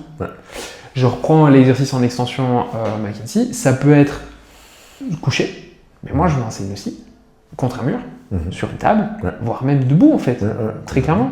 Et c'est ça en fait la grosse puissance, c'est vraiment d'avoir quelque chose de facile à faire, qu'on peut faire partout, tu n'as pas d'outils, tu ne dépends pas d'un thérapeute, et surtout c'est le côté communication avec le patient. Et ça a vraiment une valeur ajoutée de, ok, est-ce que ça c'est mieux, est-ce que ça c'est pire? Évidemment on ne le présente pas comme ça, mais c'est qu'est-ce qui se passe? Est-ce que là on parle de centralisation, de périphérisation, donc si la douleur va dans la jambe ou si au contraire elle remonte plutôt vers les lombaires, c'est voir, ok, est-ce que quand je fais ça là, ça descend plus bas? Est-ce que quand je fais ça, c'est plutôt dans les lombaires? Ok, ça c'est plutôt bon signe. Et McKenzie a vraiment fait des modèles, on va dire. Et parfois le schéma il est très clair. Et là, alors dans ce cas-là, clairement, je ne vais pas me priver, je vais vraiment aller chercher ma palette d'outils McKenzie avec le raisonnement McKenzie. Et parfois, c'est un schéma, ça ne rentre pas trop dans les schémas de McKenzie. Et là, je suis content d'avoir quand même d'autres outils. Et ça, pour moi, c'est une des faiblesses de McKenzie, c'est que, et véritablement à l'examen, c'est que, on parle de contrôle moteur par exemple, et ben, tu vas avoir une question à l'examen, c'est le patient il a une telle douleur lombaire, je fais A, extension, B, contrôle moteur. Non, la bonne réponse évidemment ne sera pas contrôle moteur. Tu devras barrer la réponse. Quoi. Okay. Donc c'est vraiment, c'est une formation, tu peux vite tomber dans fermé. Et d'ailleurs on te le dit, avant de commencer la formation, c'est voilà, par rapport à ce qui a été enseigné à l'école, il faut un peu mettre de côté. On ne va pas parler d'un psoas iliaque tout de suite. Quoi. Voilà, très clairement. Donc ça je trouve ça un peu dommage que par contre Mulligan, là c'est beaucoup plus ouvert en disant ok c'est un outil, le patient il répond, tant mieux tu l'utilises, c'est super facile, mais par contre si ça répond pas, ok c'est pas grave, il y a d'autres outils, c'est un plus en fait. Que McKenzie, si tu sors un peu du schéma, parfois c'est compliqué. Je me suis un peu cassé les pieds aussi avec ça, avec le côté, j'ai la thérapie manuelle d'un côté, j'ai McKenzie de l'autre. McKenzie, je retrouve un schéma, mais qui est bof. Et thérapie manuelle, c'est un peu à contre-courant. Et je trouve que c'est là que c'est parfois difficile et c'est dommage entre différentes formations, c'est qu'il n'y ait pas de lien. Et ça c'est dommage. Je vois ce que tu veux dire. Le fait d'accumuler plein de formations et de nouveau, on a le gros plus de McKenzie, là, de ce que tu viens de me dire, c'est le raisonnement clinique. C'est vraiment, je prends mon signe concordant, Donc il y a le signe du patient, il va me dire se lever de ma chaise. Moi j'ai décidé que ça allait être tel mouvement de mon bilan. Et au fur et à mesure de la séance, je vais le retester 2 ou 3 fois. Ça permet d'avoir, comme tu dis à l'américaine, quelque chose de très catégorisé. Et en fait, tu le retestes au fur et à mesure. Comme ça, tu vois si ce que tu fais est efficace ou pas. On est sur quelque chose de très très simple au niveau raisonnement. Évidemment, il faut savoir pourquoi tu le fais, etc. Et comme tu dis, quand on est sorti de l'école, on avait appris plein d'examens et bilans par cœur. Ouais. De nouveau, on ne savait pas trop quand les faire, pourquoi on les faisait, comment interpréter le résultat du test. Je me souviens que dans nos DIA, on rajoutait le test est positif, si, ceci, cela. Et de nouveau, valeur clinique, la bulle. Et ce genre de test, à part, je vais dire, et encore. Ouais, si, pour les poignets. Ce genre de tests peuvent être utiles pour les poignets, et encore, c'est pas utile pour nous, c'est utile pour les orthopédistes. Mais là, il faut voir en fait dans ton test quel est le rapport sensibilité-spécificité de 1 et 2. Qu'est-ce qu'un vrai positif et qu'est-ce qu'un vrai négatif. Parce que très clairement, si tu dis c'est positif dans tel cas, ok, est-ce qu'il a été décrit comme ça? Parce que normalement, un test clinique, surtout dans le cas d'une étude, c'est noir ou blanc. Si tu commences à avoir des nuances, c'est pas pertinent. Et donc, ce qui est bien avec Mackenzie, c'est justement tu vas reprendre ces tests orthopédiques qu'on a vu. On sait qu'ils ne sont pas pertinents, par exemple un test de Diop, il n'est pas pertinent pour dire ok, c'est une tendinopathie du supraépineux. Par contre, il est pertinent pour dire ok, il est catégorisé, le patient il se met on met le bras dans telle position, ça fait mal au patient, ok parfait, on utilise ça, on fait le traitement, on reteste après. Est-ce que c'est mieux? Est-ce que c'est pas mieux? Tu as un critère qui est objectif. Est-ce que c'est une tendinopathie du supraépineux? On s'en fout. Tout ce qu'on veut, c'est savoir ok, je fais ça, j'ai mal, je fais ça, j'ai plus mal. Top. Ouais, hyper intéressant ça. Hyper intéressant parce que c'est vrai que ça c'est ton point fort et c'est une lacune que j'ai pas vu ça dans le détail dans ma formation en thérapie manuelle, d'avoir vu autant les tests et bilans, et comme tu as dit tout de suite, tu as précisé donc spécificité, sensibilité, faux positif, faux négatif, et ça c'est hyper pertinent. Et là il y a une question qui me vient à laquelle j'ai pas la réponse, et c'est pour ça que vraiment là je te la pose sincèrement. Est-ce que pour toi, on va reprendre l'exemple des tests au niveau du carpe. Est-ce que si tu mets en évidence quelque chose sur lequel tu n'as pas une rupture d'un des ligaments du carpe, est-ce que si en mettant en évidence ça avec ton test, ça va te servir dans ton traitement, ou tu vas quand même faire la même chose que tu aurais fait même sans évaluer cette sorte d'instabilité ou de surlaxité liée à une rupture d'un ligament? À nouveau, je pense que c'est là tout l'intérêt d'un bon bilan. C'est qu'un test va rarement te dire je redirige, je traite ou je traite d'une autre manière. C'est plutôt tout l'ensemble des éléments.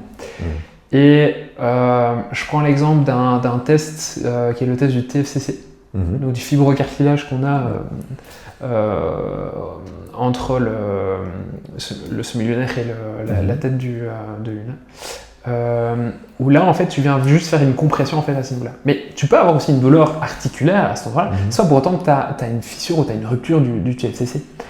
Par contre, si tu vas un peu plus loin dans le raisonnement, est-ce que, tiens, ok, je suspecte une rupture de ça, mais est-ce que les autres symptômes du patient sont en correspondance avec ça, en fait, finalement, ou pas du tout?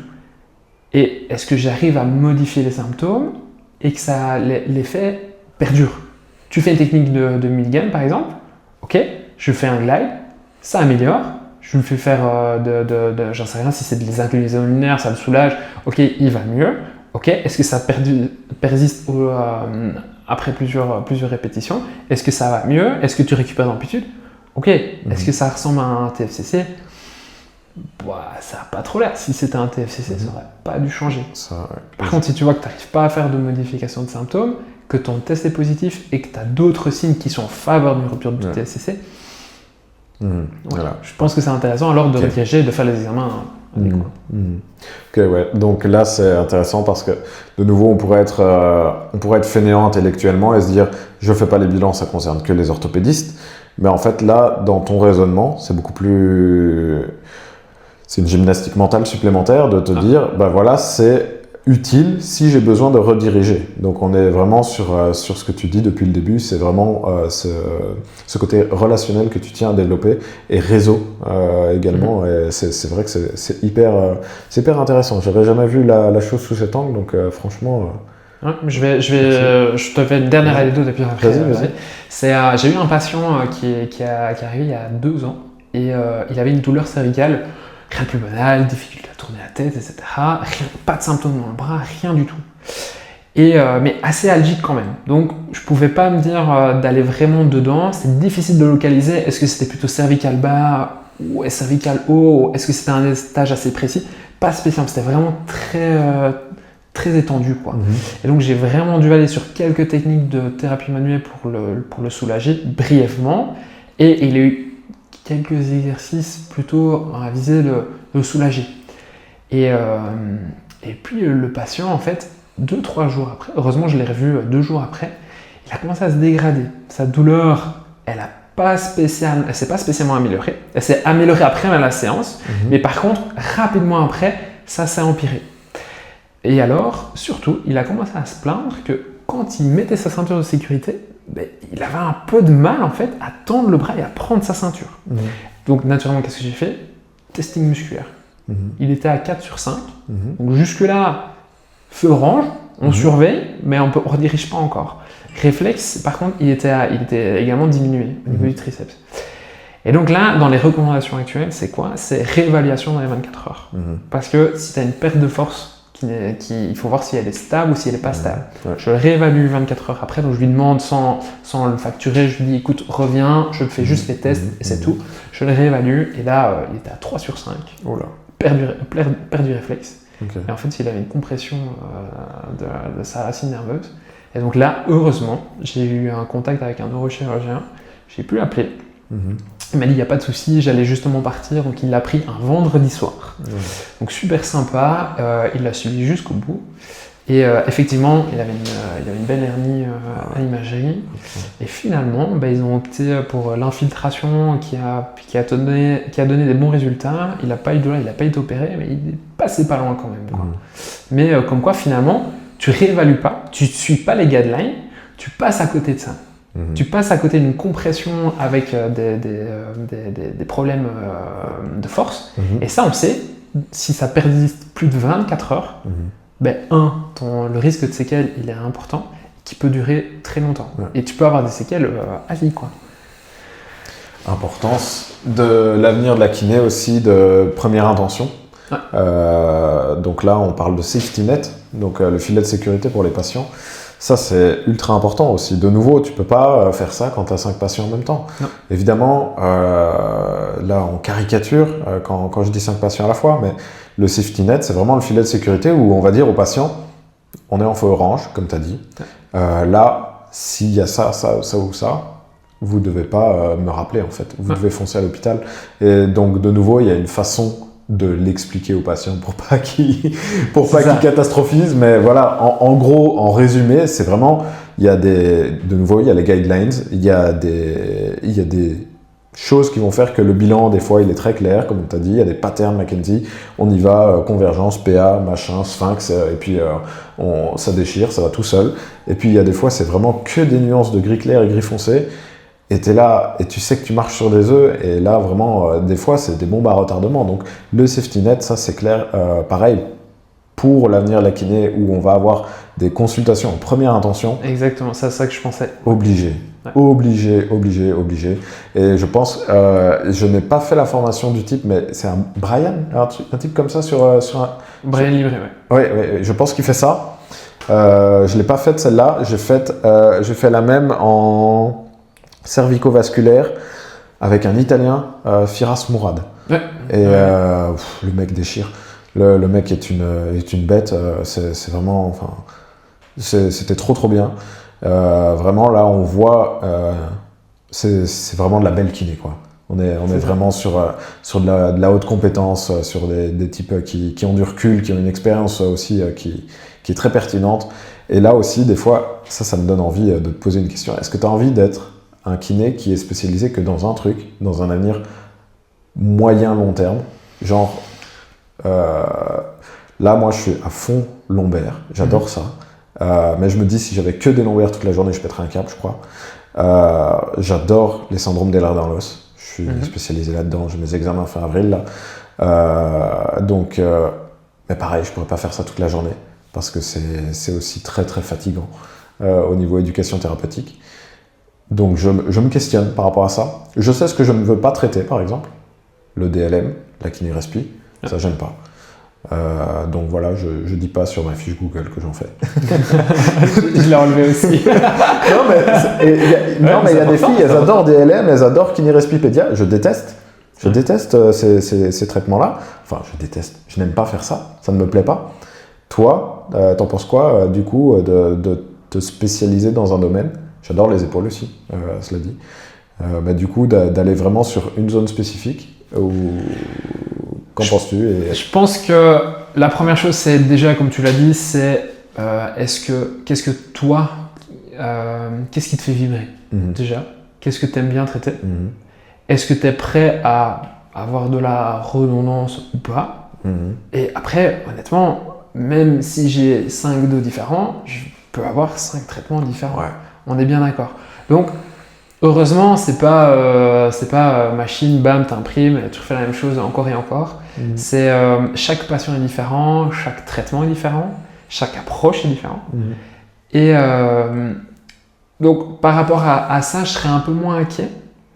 Mais clairement, j'adore les épaules, j'adore les lombaires, j'adore les cervicales, j'adore traiter l'humain. Et donc, me dire que je suis spécialisé dans un domaine, même si j'aime pas trop le mot spécialisé, en tout cas avoir des meilleures compétences dans une articulation en particulier, je trouve ça bien, mais moi personnellement je me sens pas de travailler que là-dedans. Par contre, quand je vois notamment Frédéric Roure qui est à fond dans l'épaule. Bah, tu vois, tu as fait l'épaule, tu m'as dit je suis pas spécialisé en épaule. Mais quand je vois évidemment tout le travail qu'il fait, tout le raisonnement qu'il a, c'est bête, etc., très clairement, oui. Est-ce qu'on peut être contre ce genre de truc? Je pense pas. Mais c'est plutôt, est-ce que toi, tu as un ressenti du « Ok, j'arrête de faire ça ». Est-ce que ça me va de faire que ça? Ouais, parce que personnellement, ce qui m'arrive très souvent d'avoir, c'est des patients où, en fait, maintenant mon épaule ça va mieux, mais en fait, j'ai mal dans le bas du dos. Est-ce que vous voulez pas regarder? Et non. Donc voilà. Grand classique. Ouais, c'est ça. Et ça me plaît d'aller toucher différents endroits aussi. C'est bizarre ça comme phrase. Ouais, non, mais je vois ce que tu veux dire. On va pas te mettre dans la sauce. Mais c'est clair que les autres domaines de la kiné, par contre, voilà, moi, je préfère rester dans le musculo-squelettique. Ouais, à la rigueur, je fais le lien encore une fois avec le sport pour les valeurs qu'on parle. C'est difficile de pas pallier les deux finalement. Mais c'est clair que la kiné-respi, je suis content d'avoir un collègue pour ça. C'est clair. Et là, moi, je pense à quelque chose que j'ai moins de plaisir à traiter, c'est les cas chroniques, neuro. Ok. Je pense que ce qui me frustre là-dedans, c'est le côté routinier et peu d'évolution. Ça, pareil, pour ceux qui adorent les soins palliatifs, ils vont me crucifier parce que eux, c'est le principe même. Ouais. Mais le truc, c'est que plus le temps passe et plus j'adore l'aigu. C'est stimulant. Je dois constamment me remettre en question. Et je trouve que c'est là où on progresse le plus. Et à vrai dire, je commence parfois à me dire que les FA, les opérations, des fois, c'est moins ce que j'aime, quoi. Je trouve ça un peu long, un peu répétitif. Des fois, c'est un peu trop lent. Le patient ne fait pas assez ses exercices.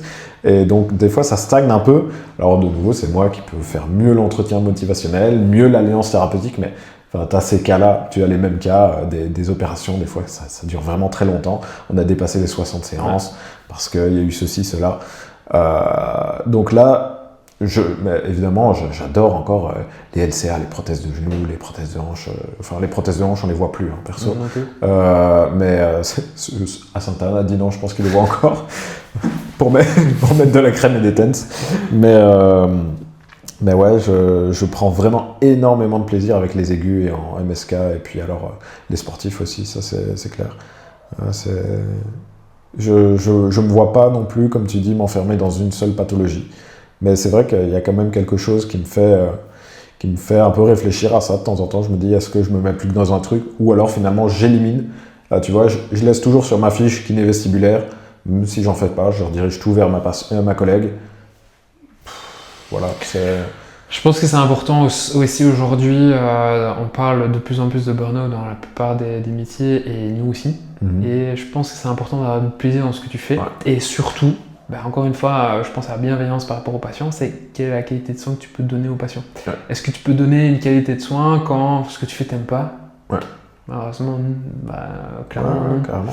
Donc je pense que c'est important dans ce cas-là de pouvoir rediriger. Et quelque part, c'est humain aussi de se dire, je me sens pas capable en fait de prendre ça. Ouais. Et je pense que c'est le meilleur cadeau qu'on puisse faire aussi à un patient, c'est de se dire, écoutez, je suis désolé, mais je suis pas la bonne personne pour vous. Ouais.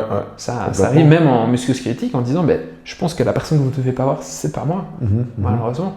Et pour les autres domaines de la kiné, se forcer à vouloir tout faire, on peut pas être, à force de vouloir être excellent en tout, on est un peu bon en rien, quoi. Et ça, c'est vrai que j'ai fait pas mal de formations une fois que le Covid a touché à sa fin. Et ça m'a permis justement de tester. J'ai fait la kiné vestibulaire, j'ai pratiqué parce que ma collègue était absente, j'ai fait plusieurs mois de remplacement.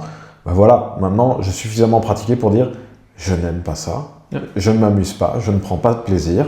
J'ai une patiente, quand elle me dit je ne veux que vous, et elle me dit j'ai de nouveau, quand je me couche sur le côté droit ça tourne et tout, allez chez ma collègue, et elle ne veut pas, et c'est vraiment le fer contre la lance. C'est vraiment elle ne veut que moi je veux pas faire sa kiné vestibulaire, et c'est assez amusant. Je sais pas si je laisserai ça. Mais il y a certains domaines de la kiné, tu parles des VPPB là pour le côté vestibulaire. Ça me dérange, je vais pas dire que j'ai du plaisir à le faire, si, parce que techniquement ça te fait un peu, tu règles un problème rapidement. Ouais, ça c'est... Donc les gens généralement sont assez satisfaits, et c'est toujours plaisant en fait d'avoir quelqu'un qui est disponible rapidement, parce qu'on sait qu'un VPPB, plus tu le traites vite, plus c'est frais, plus c'est facile.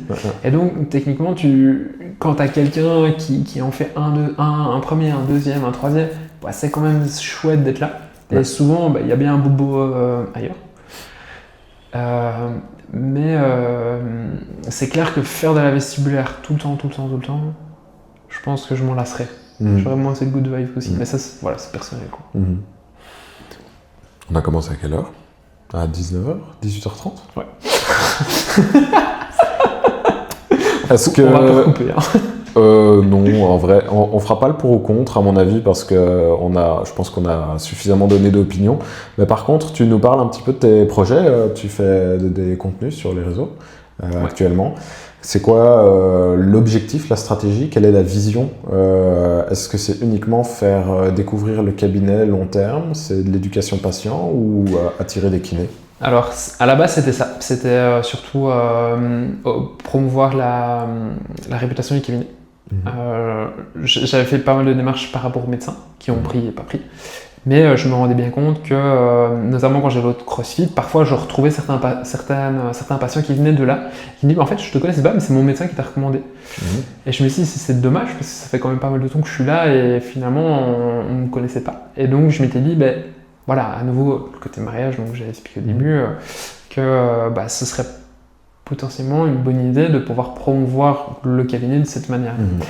Et puis, petit à petit, je me rendais compte que les messages que je renvoyais, puisque c'est en alignement avec, en tout cas j'essaie que c'est en alignement avec ce que je pratique, je me suis rendu compte que je pouvais les utiliser avec les patients pour justement les rediriger quand ils ont besoin d'informations. Et donc aujourd'hui, j'essaye que quand j'utilise beaucoup sous les formats campagne, j'essaie d'utiliser mes posts comme moyen aussi aux patients pour pouvoir retrouver des ressources d'information. Parce qu'on sait qu'aujourd'hui, les informations qu'on retrouve sur le net, compliqué à faire un filtre.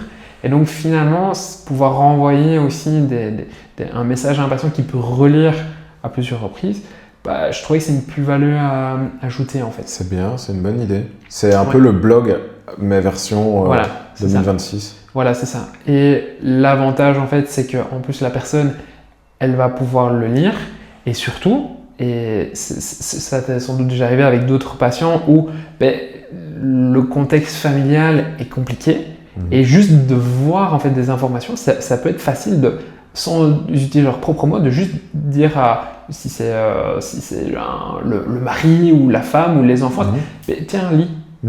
Mon problème, voilà, c'est ça en fait. J'ai besoin de ça.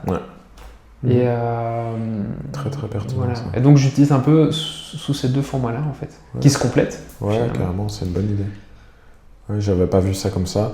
C'est carrément une bonne idée parce que le fameux kiné qui ont encore le courage de tenir un blog que personne ne lit. Ouais. Désolé les gars. C'est ça. Mais c'est clair que via les réseaux sociaux et puis le nombre de fois où je me répète encore et ce serait bien que le patient le relise chez lui qui take home message. C'est clair que via tes posts ça peut être ultra pertinent. Très clairement. Donc ouais, ok. Bien vu, j'avais pas pensé à ça. Eh ben, franchement, top. Merci pour ta transparence. Est-ce qu'il y a quelque chose que je t'ai pas demandé que j'aurais dû? Une question, un sujet qu'on n'a pas évoqué et que tu voudrais évoquer avant la fin? Pas trop long. Je crois qu'on a fait globalement le tour. Ouais. Mais ouais, tu parlais des formations, mais globalement, j'ai fait un peu le tour de pas mal de formations qui sont assez reconnues. Mais c'est vrai que par rapport aux neurosciences, voilà, j'écoute beaucoup de podcasts, on a touché quand même un mot en thérapie manuelle. Ils ont essayé d'aller en profondeur, mais je trouve que c'est pas encore assez. J'ai l'impression d'avoir eu seulement l'apéro là, j'ai envie de passer au plat principal. Je pense que c'est quelque chose vers lequel je vais me rediriger. Tu parlais de entretien motivationnel, etc. Je pense que la communication et surtout ce côté neurophysiologie de la douleur, je pense que c'est important et ça peut vraiment donner plus de pistes encore sur ce qu'on fait au quotidien. Donc moi, c'est quelque chose vers lequel j'ai envie de me diriger par la suite, quoi. Ouais, top. Ouais, super projet. Pareil, Pain Science, j'ai envie de me replonger dedans, d'aller plus loin, plus fort, plus vite. Ouais. J'ai envie de passer au niveau supérieur à ce niveau. Mulligan. Mulligan, pareil, on l'a vu en général. Concave, convexe et tout, mais j'aimerais bien, je pense, pousser un petit peu. Donc, faire membre-inf, membre-sup, on verra pour Mulligan eSport, on en parlait avant. Et l'assertif. Comment? Et l'assertif. Ouais, bien sûr. C'est vrai, c'est un plus, tout ça. Donc, ouais, je réfléchis à ce genre de choses. Et puis alors, là où on a beaucoup à nous améliorer, et là, ce sera jusqu'à la fin de notre vie, parce qu'il suffit qu'on voit un patient à 9h du mat ou à 18h pour qu'on n'ait pas le même résultat. Mais du coup, vraiment au niveau entretien motivationnel, puisque ça va dépendre énormément de notre forme. C'est pour ça que je disais l'exemple de l'horaire.